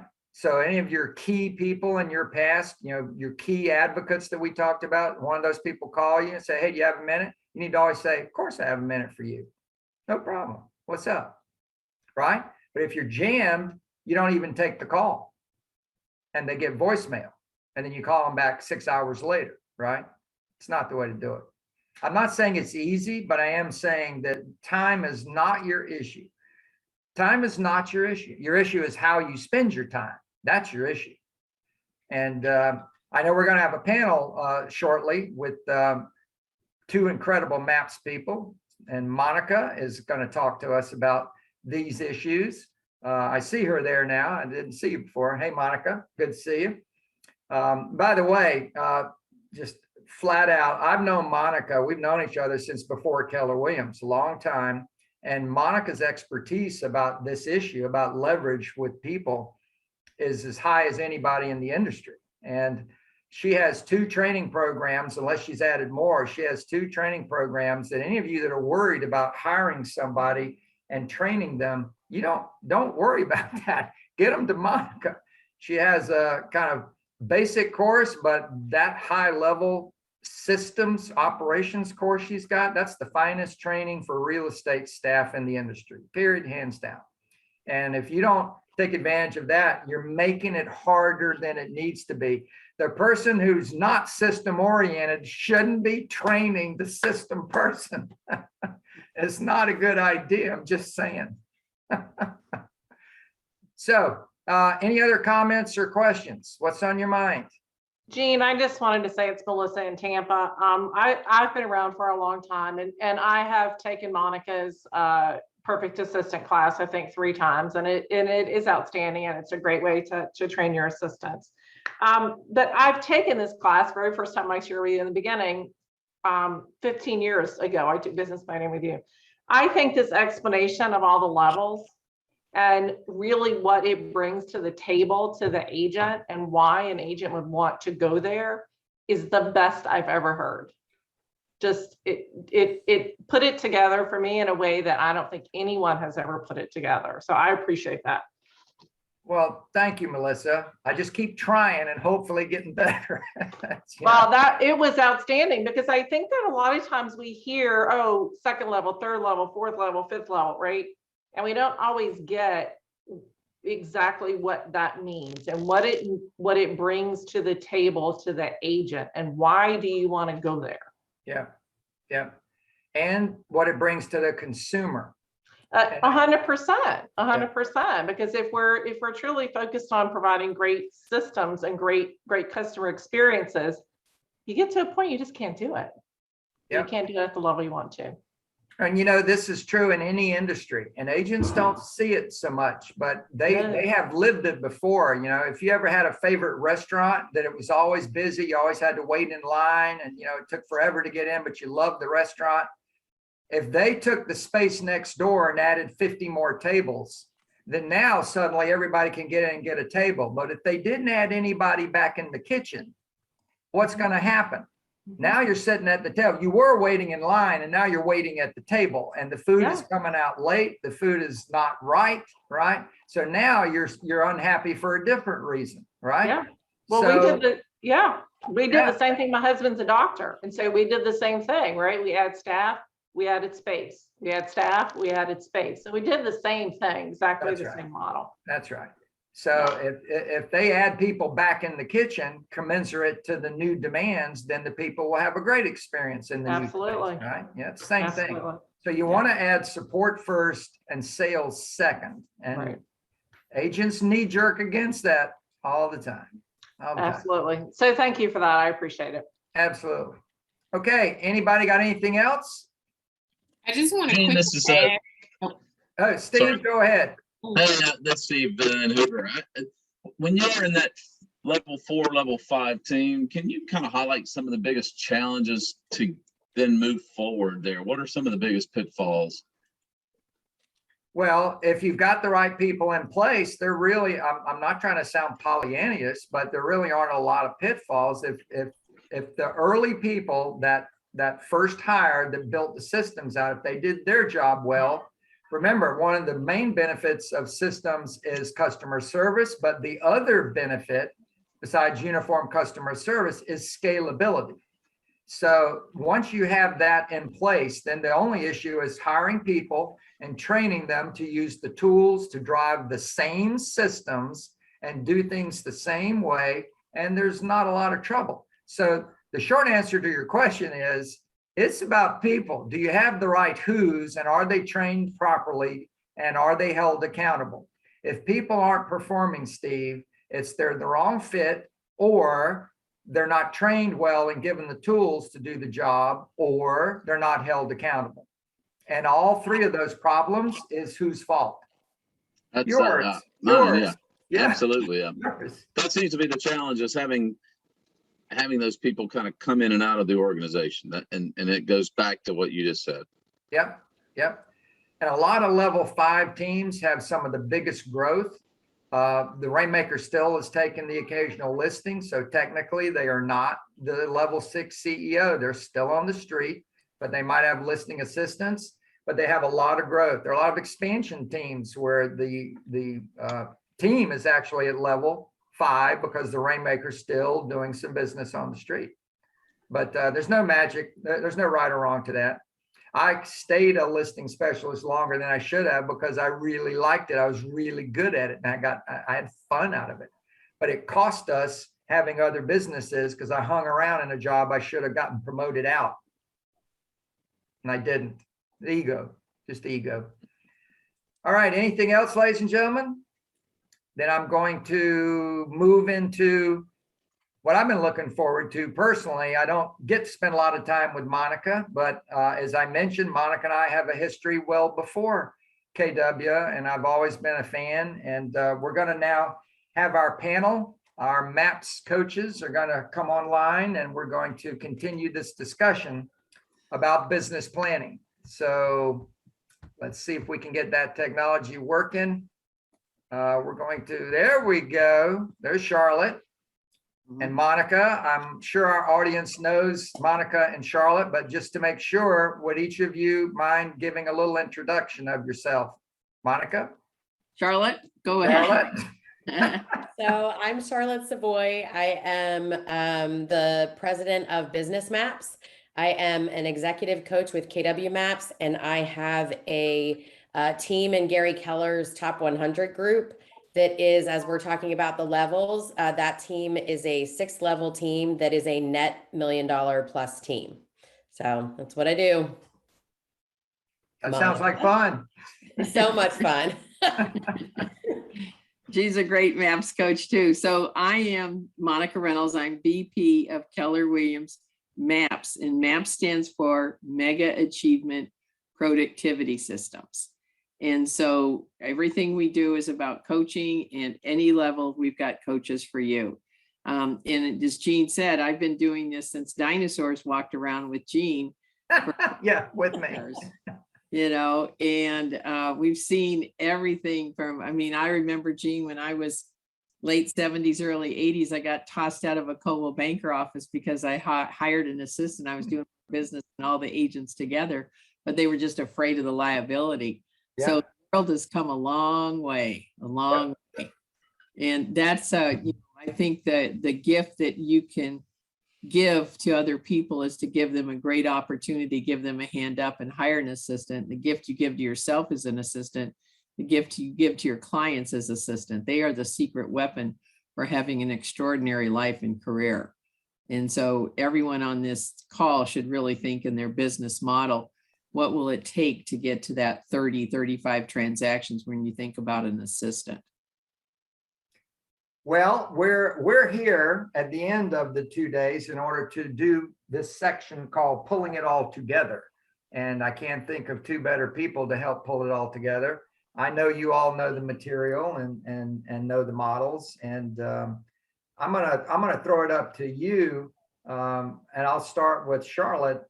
Tell me about your approach in your own business to business planning. When did you start to be serious about business planning in your growth, and what kind of obstacles did you primarily deal with your own mindset about business planning? Yeah, well, I think, so I've been in real estate for 23 years. I've grown some of the largest teams in the world. And so I've been every level. I have been 1 through 7.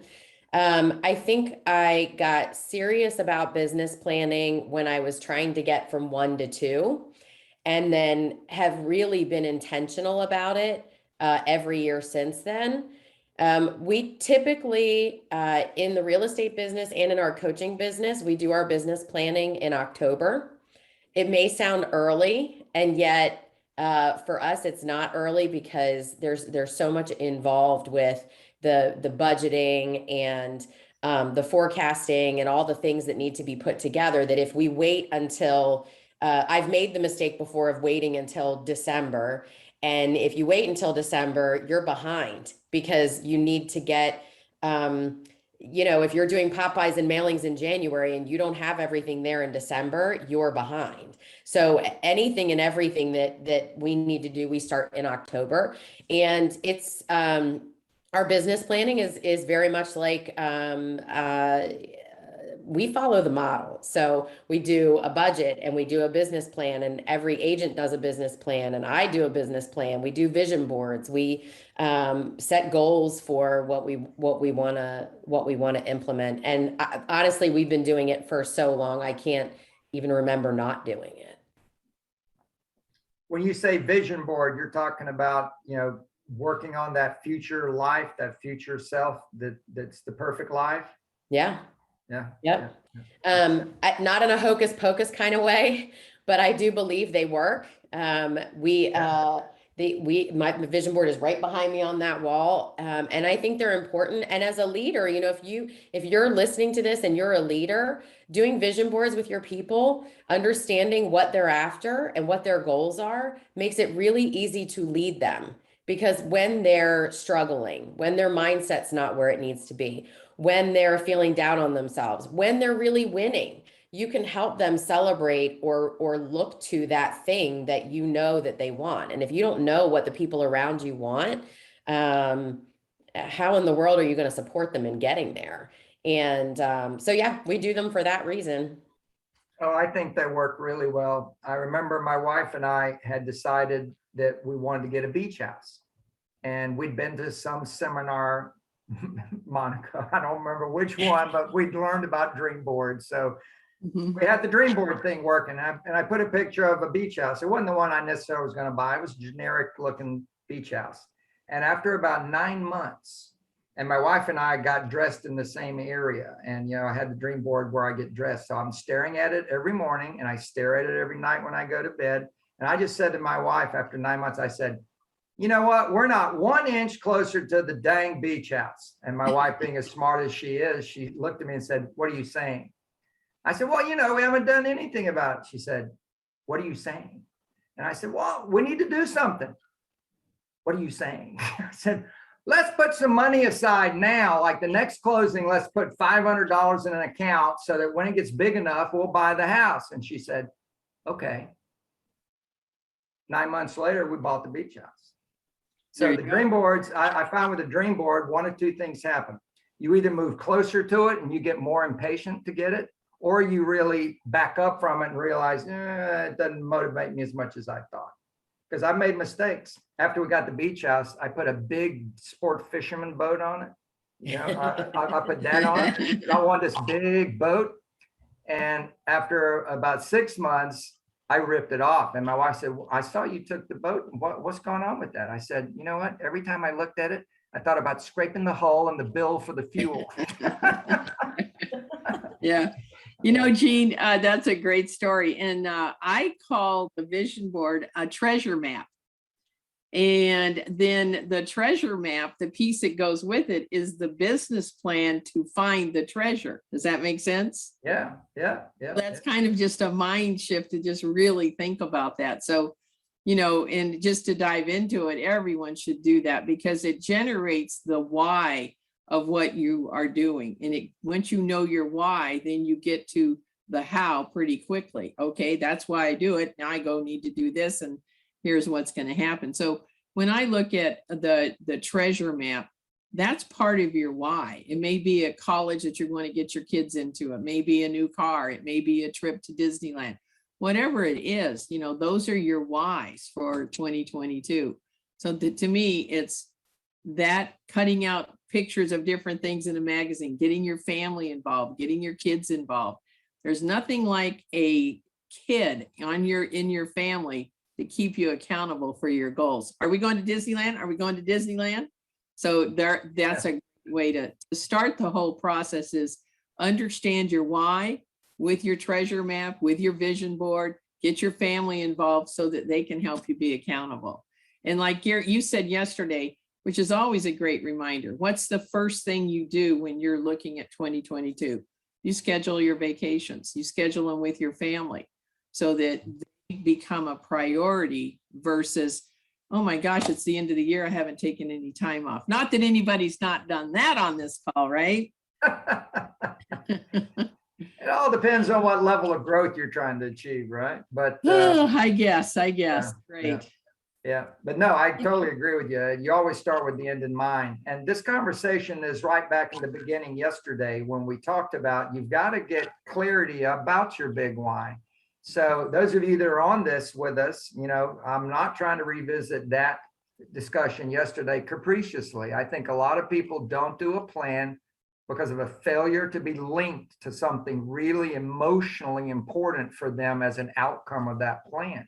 And when you do get attached, and I mentioned at the beginning of today, I think you need to work on this business plan for as many hours as you spend in the class at least. Have somebody pick it apart, brainstorm it with you, when you get vested in a plan that you really worked on, as opposed to something you knocked out in 15 minutes, you're much more likely to stick with it. You've got to be invested in it. And of course, coaching is going to help a lot with that, because people do drift. They wander. They're all over the place. And if they're a busy single agent, they have lots of excuses not to focus on the right activities. Lots. So back to the idea about building the business plan. We've got the 4 models. Where do you think most people have the most trouble in building out their business plan? Is it the economic model? Is it the lead gen? Is it the budget? Is it the org? Where is it? Well, it to me, the answer that comes top of mind to me is you got to know your numbers in each one of those, right? Yeah. And so it can be daunting if you haven't tracked your numbers. So I always say to someone, do your best to get those numbers together. If you don't, you haven't been tracking, then put the Excel spreadsheet, put command in place, start tracking your numbers now from day one. So to me, the most challenging part is the numbers. And then I look at, when I look at it, it's about the lead generation would be the first that I go to, because these activities produce this amount this year. And if I want to go this year, I'm going to analyze that first. I don't think there's any wrong or right first one to analyze. Do you, Charlotte? No, I think when you were asking that question, Jean, I think that the answer to that is the one that's the hardest. It's the one that's the hardest for them to do because they don't like doing it. So if lead gen is the thing you don't like to do, start there, because everything else is going to be easy. Pick the thing. And if you struggle with that, pick the thing you're best at, and then save that other thing for last. So, whatever you need to do to get through them all. But I think typically in coaching, agents, they tend to avoid the thing they don't like the most. And that's the one they really struggle with. Well, I think the lead gen right now is really critical. And I think a lot of it is about listings. We've all been struggling as an industry about taking market share during COVID. And some people have figured it out really well, but I think a lot of our agents are flat or actually down. And the real issue is listing count. Every sale that happens in the local boards is a listing that's sold. And yet a lot of our agents have been chasing buyers all over the place and making offers and not winning, and offers and not winning, and offers and not winning. And I think about how much of that time could have been spent chasing a listing, and they would have gotten the sale, instead of they just worked so hard and did so much and got nothing, or got it really late. But the bigger issue is the battle that's going on, the war with all these disintermediaries with their ads on TV. We'll buy your house, no agent, no fees. We have 4 active in one of our markets.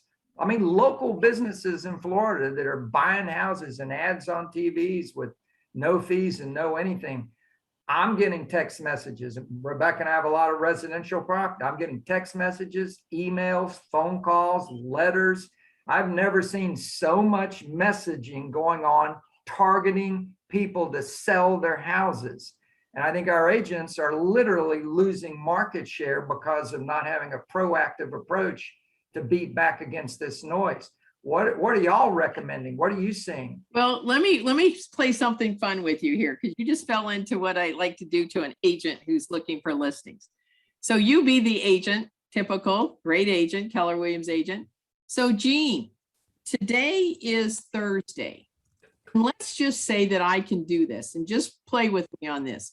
Sure. I'm going to give you $1 million on Monday, $1 million on Monday, when you have one saleable listing that you post.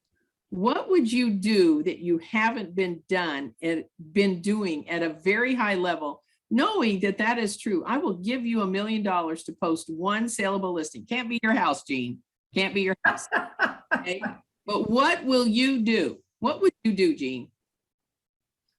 Well, it's pretty straightforward. I'd go look for people who've raised their hands and aren't listed. So I'd go after a FSBO or an expired. I'd go after a property that's run down and nobody's living in it, but it's not for sale. I mean, I would go find something where it appears it's highly sellable or somebody wants to sell. So the level of passion would be a 1 to 10, it would be off the charts, right? Yeah. Would you only do an hour of that a day? You did say $1 million, didn't you, Monica? I said $1 million, but what Yeah. I'm not hearing is how many people you talked to or how passionate you were about it. So would that be 1 hour a day, or would that be until you got it done? No, until I got it done. Are you kidding? Right. So Yeah. how do I help you as a great MAPS coaching client get that passion that you can find that listing? Because your why is you've got this beach house and this boat you want to buy with your wife, and you've got this exit strategy. How can I get you to be passionate about finding that listing? So on Monday, you text me and you say, I got my listing. What are you going to do starting right now? Just what I said. And I get it. And that's my comment overall about our agents and about business planning. I think they've got to put getting listings front and center of their thinking about 2022, particularly if they're buyer based. If they're buyer based, they've got to get to at least 50% of their business closed is sellers, not buyers, in order to save time and get more leads. You know, it's just a remarkable turnaround when agents transform their business like that. Life gets so much better. Yeah, and just going back to some things to do. So there's door knocking, obviously, into a hot area where you just sold a house or where a house just sold for an incredible amount of money. Go tell everybody, go door knock, right? Yeah. Understand the do not call list, so be careful, but door knocking, go door knock, right? Okay, the next thing is that I would say to someone is get into your database. Who are your best clients? Who would take a bullet for you? Who loves you? Who goes, oh my gosh, you're such a great realtor. Go ask them and say, I would love your help. I'd love for you to help my business. Can you think of one person in the next 2 weeks that's thinking about buying or selling? And I'll circle back with you. I really would love your help. If we just ask people who care about us and who know us, they will help. Sometimes people don't know how we do business as a realtor. And unless we ask for help, we're not going to get it. They're going to think, oh, you're busy. Oh, I better not. I'm not going to bother, Monica right now. I know she's super busy doing a lot of real estate. I won't tell her about that person. She's busy. You've got to ask for the help and you got to communicate that. Like Jean said, it's the for sale by owners, it's the expireds. And yes, there are some from several years ago who've been watching the market and they may be coming back. Watch the do not call list. And so with that, it's just the passion of what's in your database, what's in there that's getting ready or would help you know somebody in their family, friends, coworkers that could help. Not that hard. It's about talking to people, getting in front of people and doing it on a consistent basis. And that's the challenging word, is the consistency. I don't know if you heard the discussion, but I was talking when we talked about size of databases. I was talking about the fact that MREA in the Red Book, it said very clearly that the agents who are averaging $1 million net were getting 2 deals for every 12 METs. Mm-hmm. One was an internal piece of business and one was a referral, an external piece of business. And in terms of units, it's 1 in 6. MREA 2 studies says that's really slipped quite a bit, that we're not getting as much business out of our MET database that we used to get. So what are y'all seeing that's working to help either stimulate or get that business back up? Anything in particular, or is it just generally more communication, more touching? I mean, what is it that's the solution here? I think the agents that I see that we're coaching or leading, the ones who are finding success in their database have a model around it, and they're intentional around the activities, meaning they don't just do things when business is slow. They actually create a marketing calendar. So the clients that I'm coaching with, what we do is we get a paper calendar from Staples or wherever, and we open it up for each month and we say, okay, in January, what's our theme? What's our social media message going to be? What are my Facebook posts going to be? What pop buy am I going to do? What client event am I going to do? What are the things that I'm going to do in January? Great. Now flip to February. What are we going to do in February? And we pick a theme and we do that for the entire year. And then in that, if we know we're doing a mailing, let's say you're doing a a football, I'm thinking football right now. You're doing a football calendar giveaway and a prize for tickets. You can circle the dates in that calendar. I need to order supplies on this date. I need to get them in the mail on this date to be able to hit the contest day on this date. A paper calendar is a really easy way for you to create a marketing timeline for a full 12 months and take your thought out of it. You can set a budget in there. And then when you're business planning for 2023, you can pull the 2022 calendar and say, what did we do? What worked well? What didn't work well? What should we have added? And if you think of another good idea or you see an agent who did something, oh, I should have done that, write it in your calendar so that when you go to plan for the following year, you've got it in there. I think the people, Jean, people are finding success who are intentional and not just throwing stuff at the wall occasionally and seeing if it sticks. They're really consistent. Don't you think, Monica? Yeah, so what Charlotte just gave you was a model. So once you create a model and you create systems and you follow the models, obviously, that, you know, MREA has and KWU has and what Jean shared with you, those are going to be duplicatable and scalable. Now, what Charlotte did on the marketing plan, she will also track on that calendar, because I know Charlotte and her numbers, what the result was. So if we did a pie thing, you know, we paid X amount, and then this is the result we got from it. What could we do differently? So I'll share a fun story, Jean, too, about, you know, I never was the type of agent to give out pies. Imagine that, right? And so there are two gals that we coach that one lives in Florida, one lives in Alaska. They get out to their database that they would love for you to stop by the office and get a pie. Where they took it to the next level is, which is just totally amazing to me, is that they say, oh, please sign in. They each do the same thing. They have a sign-in thing to pick up your pie. Now, this is Costco pies. They're nice $6 pies, but people, they each get over 300 people that reserve pies and come and get them, right? So they sign in, and then at the bottom of the sign-in, it says, if you have a referral for us, someone buying or selling, please list it, and you can have an Amazon gift card or a nice bottle of wine.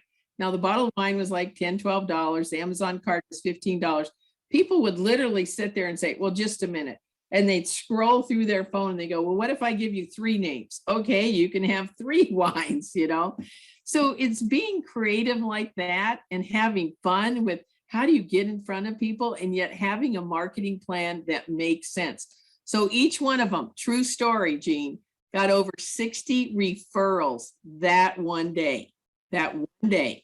Now, did they all do something immediately? No, but it was 60 new names added to their database that they didn't know. Each of them averaged about 6 or 7 new transactions in about a 60-day period, to be totally honest. But all those other people are doing something and coming along too. So you just have to think creatively too about, so looking at this, the marketing plan, your schedule, and your business plan, those 3 things all have to be built right now. Yeah, I love what you said. Those of you that have been with me for 2 days, you remember that triangle, that classic triangle that says your business is built properly on models, and then above that is creativity. And we discussed the purpose of creativity is one thing, and that's to take market share. And that's a great example of that. You know, they've got a model for customer service, but then they use creativity to take market share.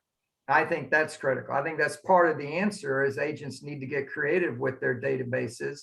But I know that they're losing and getting eroded because of all of the money and the time and energy that's being poured into literally taking away our livelihood. That war that Gary talked about is really happening right now. You know, money and time is being put into it. So a little shift, Charlotte. What I've been talking about is a lot of these people on the call are, whether they have it written out or not, they all have these 4 models. They all have a lead generation plan. Doesn't have to be written. They got an economic reality. Their economic model is real. It's their history, right? It's autobiographical. And now we're telling them to sit down and take all these ideas, and for the 4 models, because most of them aren't expansion, we didn't really talk about it, but for the 4 models, come up with your plan. And now between now and the end of the year, they have to take this thing that is who they are and try to blend into this thing that they're not, right? But they want to be. Tell me about that. How do you suddenly get a conversion rate of 70 or 75% when you're at 50 or 40? How do you get an average sales price and average income up? I mean, how do they make these conversion things happen? Well, the first thing that my brain goes to is they need a coach or an accountability partner to really drive that conversation, because when you're trying to increase your price range, or you're trying to change your habits, or you're trying to change your behaviors, you need accountability around that. So I think first and foremost, if you don't have a coach or an accountability partner, you should. And then it's literally time on task. If you want to get better at listings, you have to focus on listings. You have to practice listings. You have to offer free CMAs to your friends on Facebook. If you want to get better at scripting, you have to role play a lot. It's what you focus on expands. And if you want to increase your price range, figure out that, if you're, when I was doing this probably 10 years ago, we wanted to increase our price range from 250 to 400. And then from 400, our average is about 500. For me, what I did is I moved into the neighborhood I wanted to be. And then I put my kids in those schools, and we did those activities, and those were my friends. And that is truly one way to change your price range and your market, and all of that is to get into that space.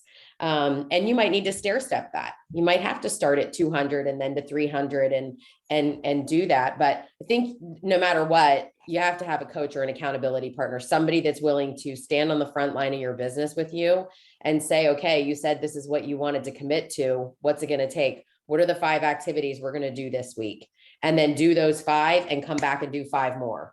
And then do those 5 and come back and do 5 more. It's really nothing more than that. It's not any fancy trickery. It's just time on task.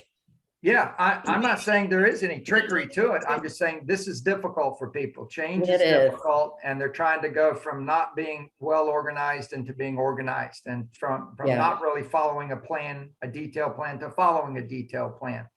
And I think it's all about mindset, but I was not looking for trickery. I was just looking for suggestions. But no, I think you hit it. Peer partner, MAPS coach. Yep. I think too, Gene, I think, especially the people that are here, you guys are here because you're learning based.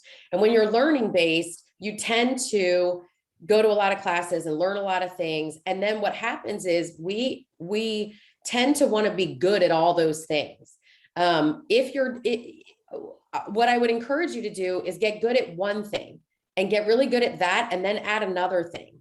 So if when it comes to, let's say, lead generation, I think one of the mistakes I see people make is they come to all of our stuff and they hear door knocking and they hear, FISBOs and all these things. Pick the thing you're good at. Go back and look at your last 10 or 20 sales. Where did they come from? And then focus on that and kick that up as hard and fast as you can. If all of your business is referrals, go into get one of those calendars and create yourself a marketing timeline. If most of your business came from FISBOs, great. You should be calling lots of FISBOs. If you didn't close a single FISBO last year, maybe you don't want to do that this year. That's kind of okay. Pick the thing you're good at. Maybe you want to add one new thing and see if you're good at it and if you like it. And if not, stop trying to do it. Do the thing that you're really good at, because otherwise this is like such a fun career path. It should feel like fun. So pick the thing that's fun for you to do. And when it's fun, you can be more intentional around the activity to drive that result that you're looking for, that you're trying to increase. I guess that's the other thing too, Gene, what Charlotte was saying is that when you look at conversions, then what I'm saying to an agent usually too is, well, where do you rate your skill level? So obviously, congratulations to everyone on this screen here. You guys are education based, and real estate is a constant, never ending education if you show up.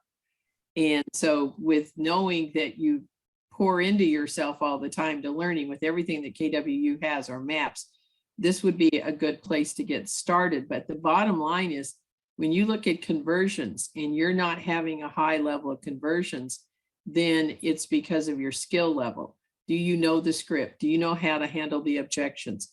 Have you role played your listing presentation? Would you want to go to a, as they say, would you want to go to someone who's going to operate on your brain, who does it every now and then? You want someone who's practicing and going and doing that brain surgery every single day, right? Yep. Listing presentations have to be practiced. So I always go back to, what's your skill level? If you're going to go against the top agent in your office, why are you going to lose the listing? Why are they going to get it? What are they doing that you're not doing? And then the other thing I want to share a quick story to share with everybody. Charlotte's spot on, is to know that area. So I had a luxury agent, top luxury agent, coached many years ago in the Boulder, Colorado area. And she said, I want to sell luxury homes. And I said, okay. And she goes, how do I do that? And I go, well, hang out with them. She goes, well, I don't know how to hang out with them. And I go, okay, go get luxury listings. She says, well, I don't think I can do that. And I go, well, then go hold an open house, right? So she only held open houses in luxury homes, right? The second thing she did, she got involved in a lot of the charity work, volunteering, because that's where this particularly luxury group in Boulder, Colorado, they were all big charity based. And so she started to hang out there and started to meet everybody. Her business is all luxury, and it only took her, but remember, only took her 2 years. But remember what Jean said yesterday, and Gary Keller says, you can have anything you want in 5 years, but are you willing to do the work? Are you willing to have the business plan, the roadmap, the treasure map? Are you willing to do the work to get there? You can change your price range. That's not hard to do at all. Yep, absolutely. I couldn't agree more with that. I want to put the audience on notice. We're going to have the final 10 minutes of this is going to be Q&A with these wonderful maps people here. So get your questions ready for them. We're going to talk just about 4 more minutes, and then it'll be open for Q&A with Charlotte and Monica. So the last part of my question to you is, what do you recommend? What do you suggest our audience thinks about overall about business planning? Monica, you want to go or you want me to? What do you mean? What they were thinking about business planning? Is it too hard to do? Right? Just kind of what would you tell an agent who says, okay, I'm taking this business planning. What do you think I should know about that? What would you tell them? Well, I would say that, first of all, congratulations. Now let's put something into action, right? And I love about October, and I want you guys to hear this. Your year 2022 starts right now. It starts right now. Yeah. And when I look at the year of 2022, it's January to October. That's where all the business is done. So when you list a house in October, you got a good chance of getting paid. Got a buyer in October, you got a good chance of getting paid. November and December, Jean, I call that reg. The real estate god will pay you or not pay you for November and December. It may roll into the next year. And so it's so critical to start right now and get excited. If you've had a tough 2020, and who hasn't had a tough 2021, just say, okay, that's done. I'm excited. Happy New Year. Happy New Year. Happy New Year. And so now's the time to get started and be energized about the possibilities. You're in the perfect company. You've got all the training in the world you could possibly want. You can't even keep up with it sometimes. And then zero in on who you are in your why. And, like I said, Happy New Year, get started. What's the one thing that's going to make a difference for you starting tomorrow that you can do on building your business plan? I don't know, is it a treasure map? That might be good. Talk to your family about vacations. Just do one thing. And then the next thing is every single day until the end of the month, and you will be a winner for 2022. I would just add on to that.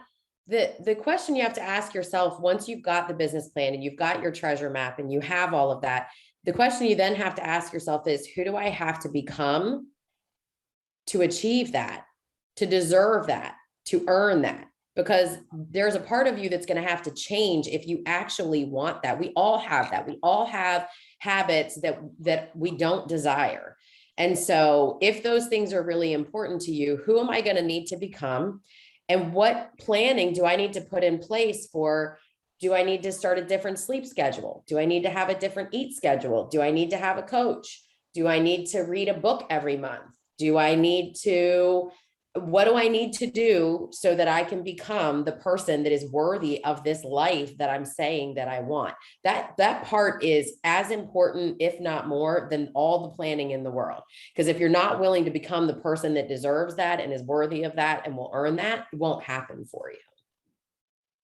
I think you just described the whole thinking and process behind Quantum Leap. I think that's absolutely right. I think you've got to understand the gap between who you are and who you want to be, and that you'll never get there, but it's about your willingness to work to try to become that person.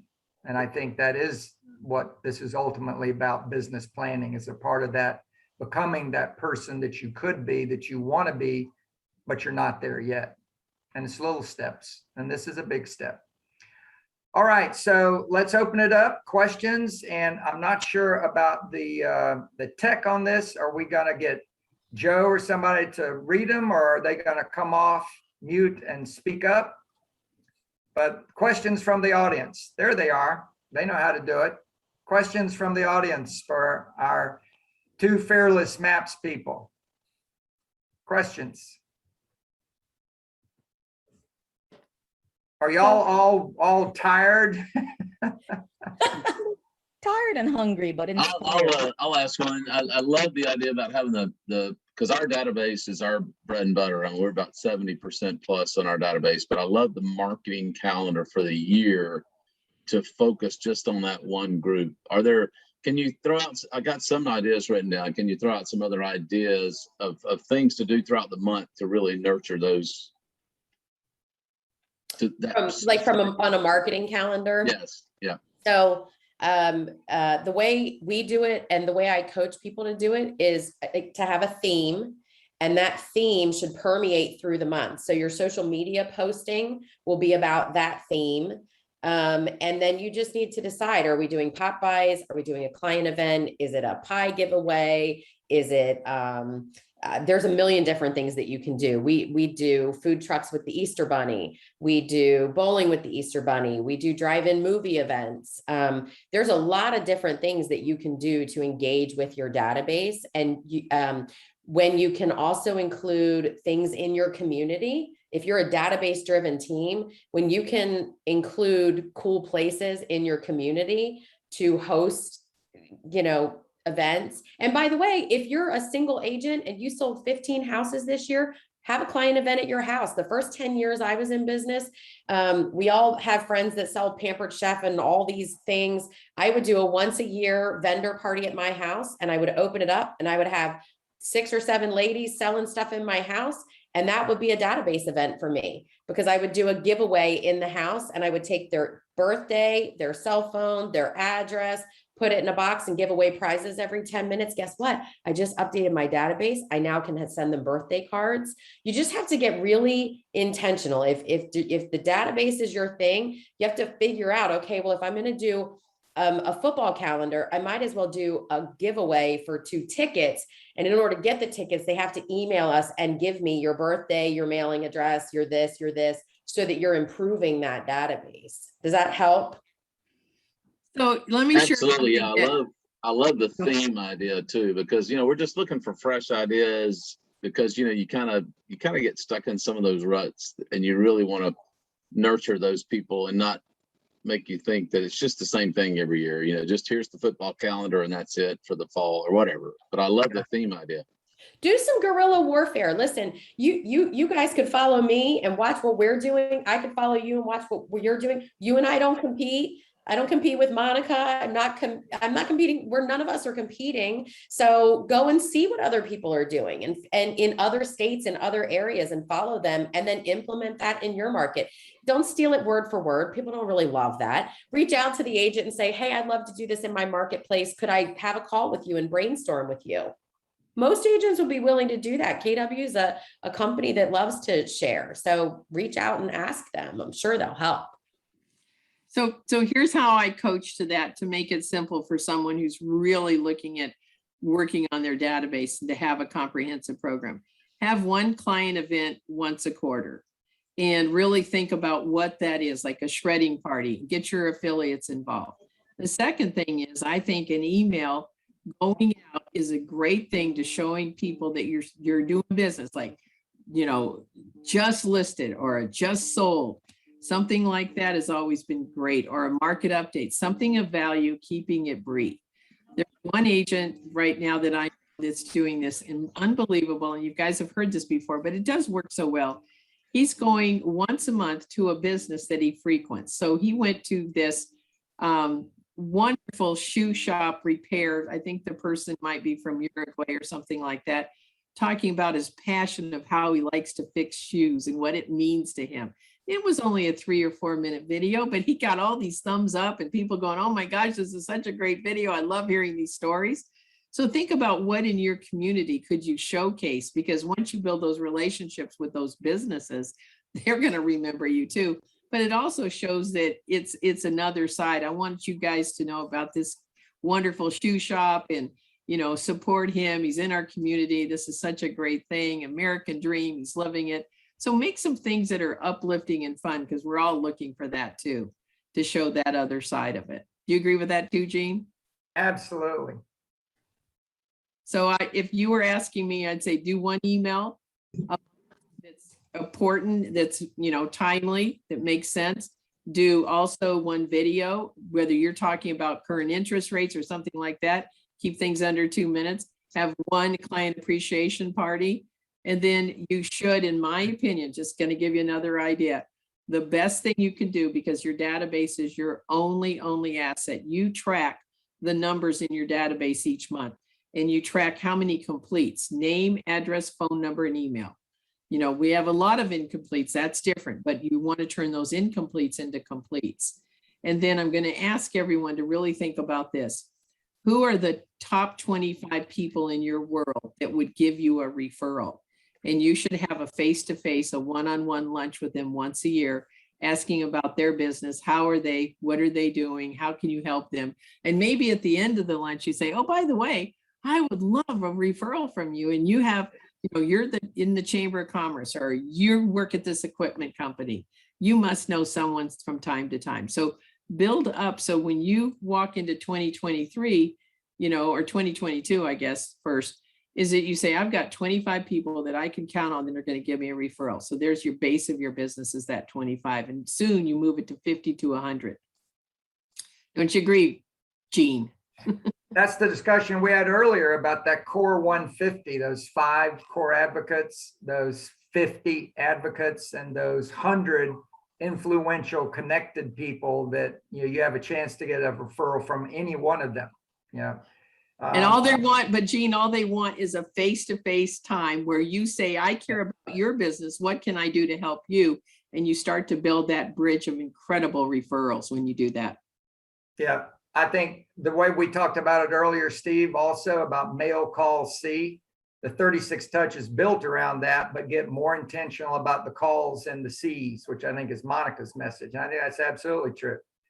Yeah, that's the big thing I wrote down that stuck out. It was a big aha for me, was the predictability of the database and caring enough about your database to know when they need those things before they even realize it, and be able to call them out and say, hey, I know I saw you just had a baby, or I know your son's graduating from high school. That's the last one in the house. That kind of level is really what stuck out to me. Yeah. Yeah. Data, as Gary says, is the new oil. And if you're not data mining, you're losing market share, because that's what the big tech companies are doing, is they're collecting the data and mining it. And we can do it too, because we have the ability to get on the phone, like Monica's saying in Charlotte, and have a personal conversation with a connected person, someone that they know, and then get better data and better mining of the data, because we can get them on the phone and Zillow can't do that, right? So we can actually do better data mining, but we got to have the data first. And Jean, that just brings to mind one of my favorite things to do to a client. So let's say you're my client, you bought a house 5 years ago, and I'd call you up and I said, hey, Jean, Monica Reynolds, blah, blah, blah. Hey, you got a minute? I want to say congratulations. From what I can tell, the house that you paid for 5 years ago, you now have $300,000 in equity. And congratulations. Were you aware of that? What does that mean for you? What does that mean for your family? Does that mean you might want to sell? I mean, so if you just call Steve and everyone on this call, people you sold homes to 3 years ago in Austin, houses doubled in 2 years. 2 years they doubled. But people don't know that sometimes. They know the fast-paced market, whatever, they're not paying attention. So just that simple call of showing I care and congratulations, those are fun calls to make. Absolutely, along with the deed anniversary date phone call. They should get a card and a phone call on every deed anniversary date. Yes. And just ask them, you know, after 5 years, do you think if we did a needs analysis and a money comparison, would this still be the right house for you and your family, or should we meet? It's a simple question. People tend to feel the need to move slowly and in very little ways until it's so big that they decide we've got to get out of here. But in the middle, if you're calling and talking to them, they can pop. It's emotional, not practical. Well, ladies and gentlemen, we made it to the end. I thank you for your 2 days of focus and concentration. And I clearly want to thank Monica and Charlotte for their contributions today, and our agent panel from yesterday. And of course, the KW staff that worked so hard to put this all together. I thank each and every one of you. And I wish you all a wonderful 2022. Now you got to implement that plan. That's what you got to do. Thank you all. Thanks, Gene. Thanks, everybody. Happy New Year. Bye-bye. Happy New Year. Thanks.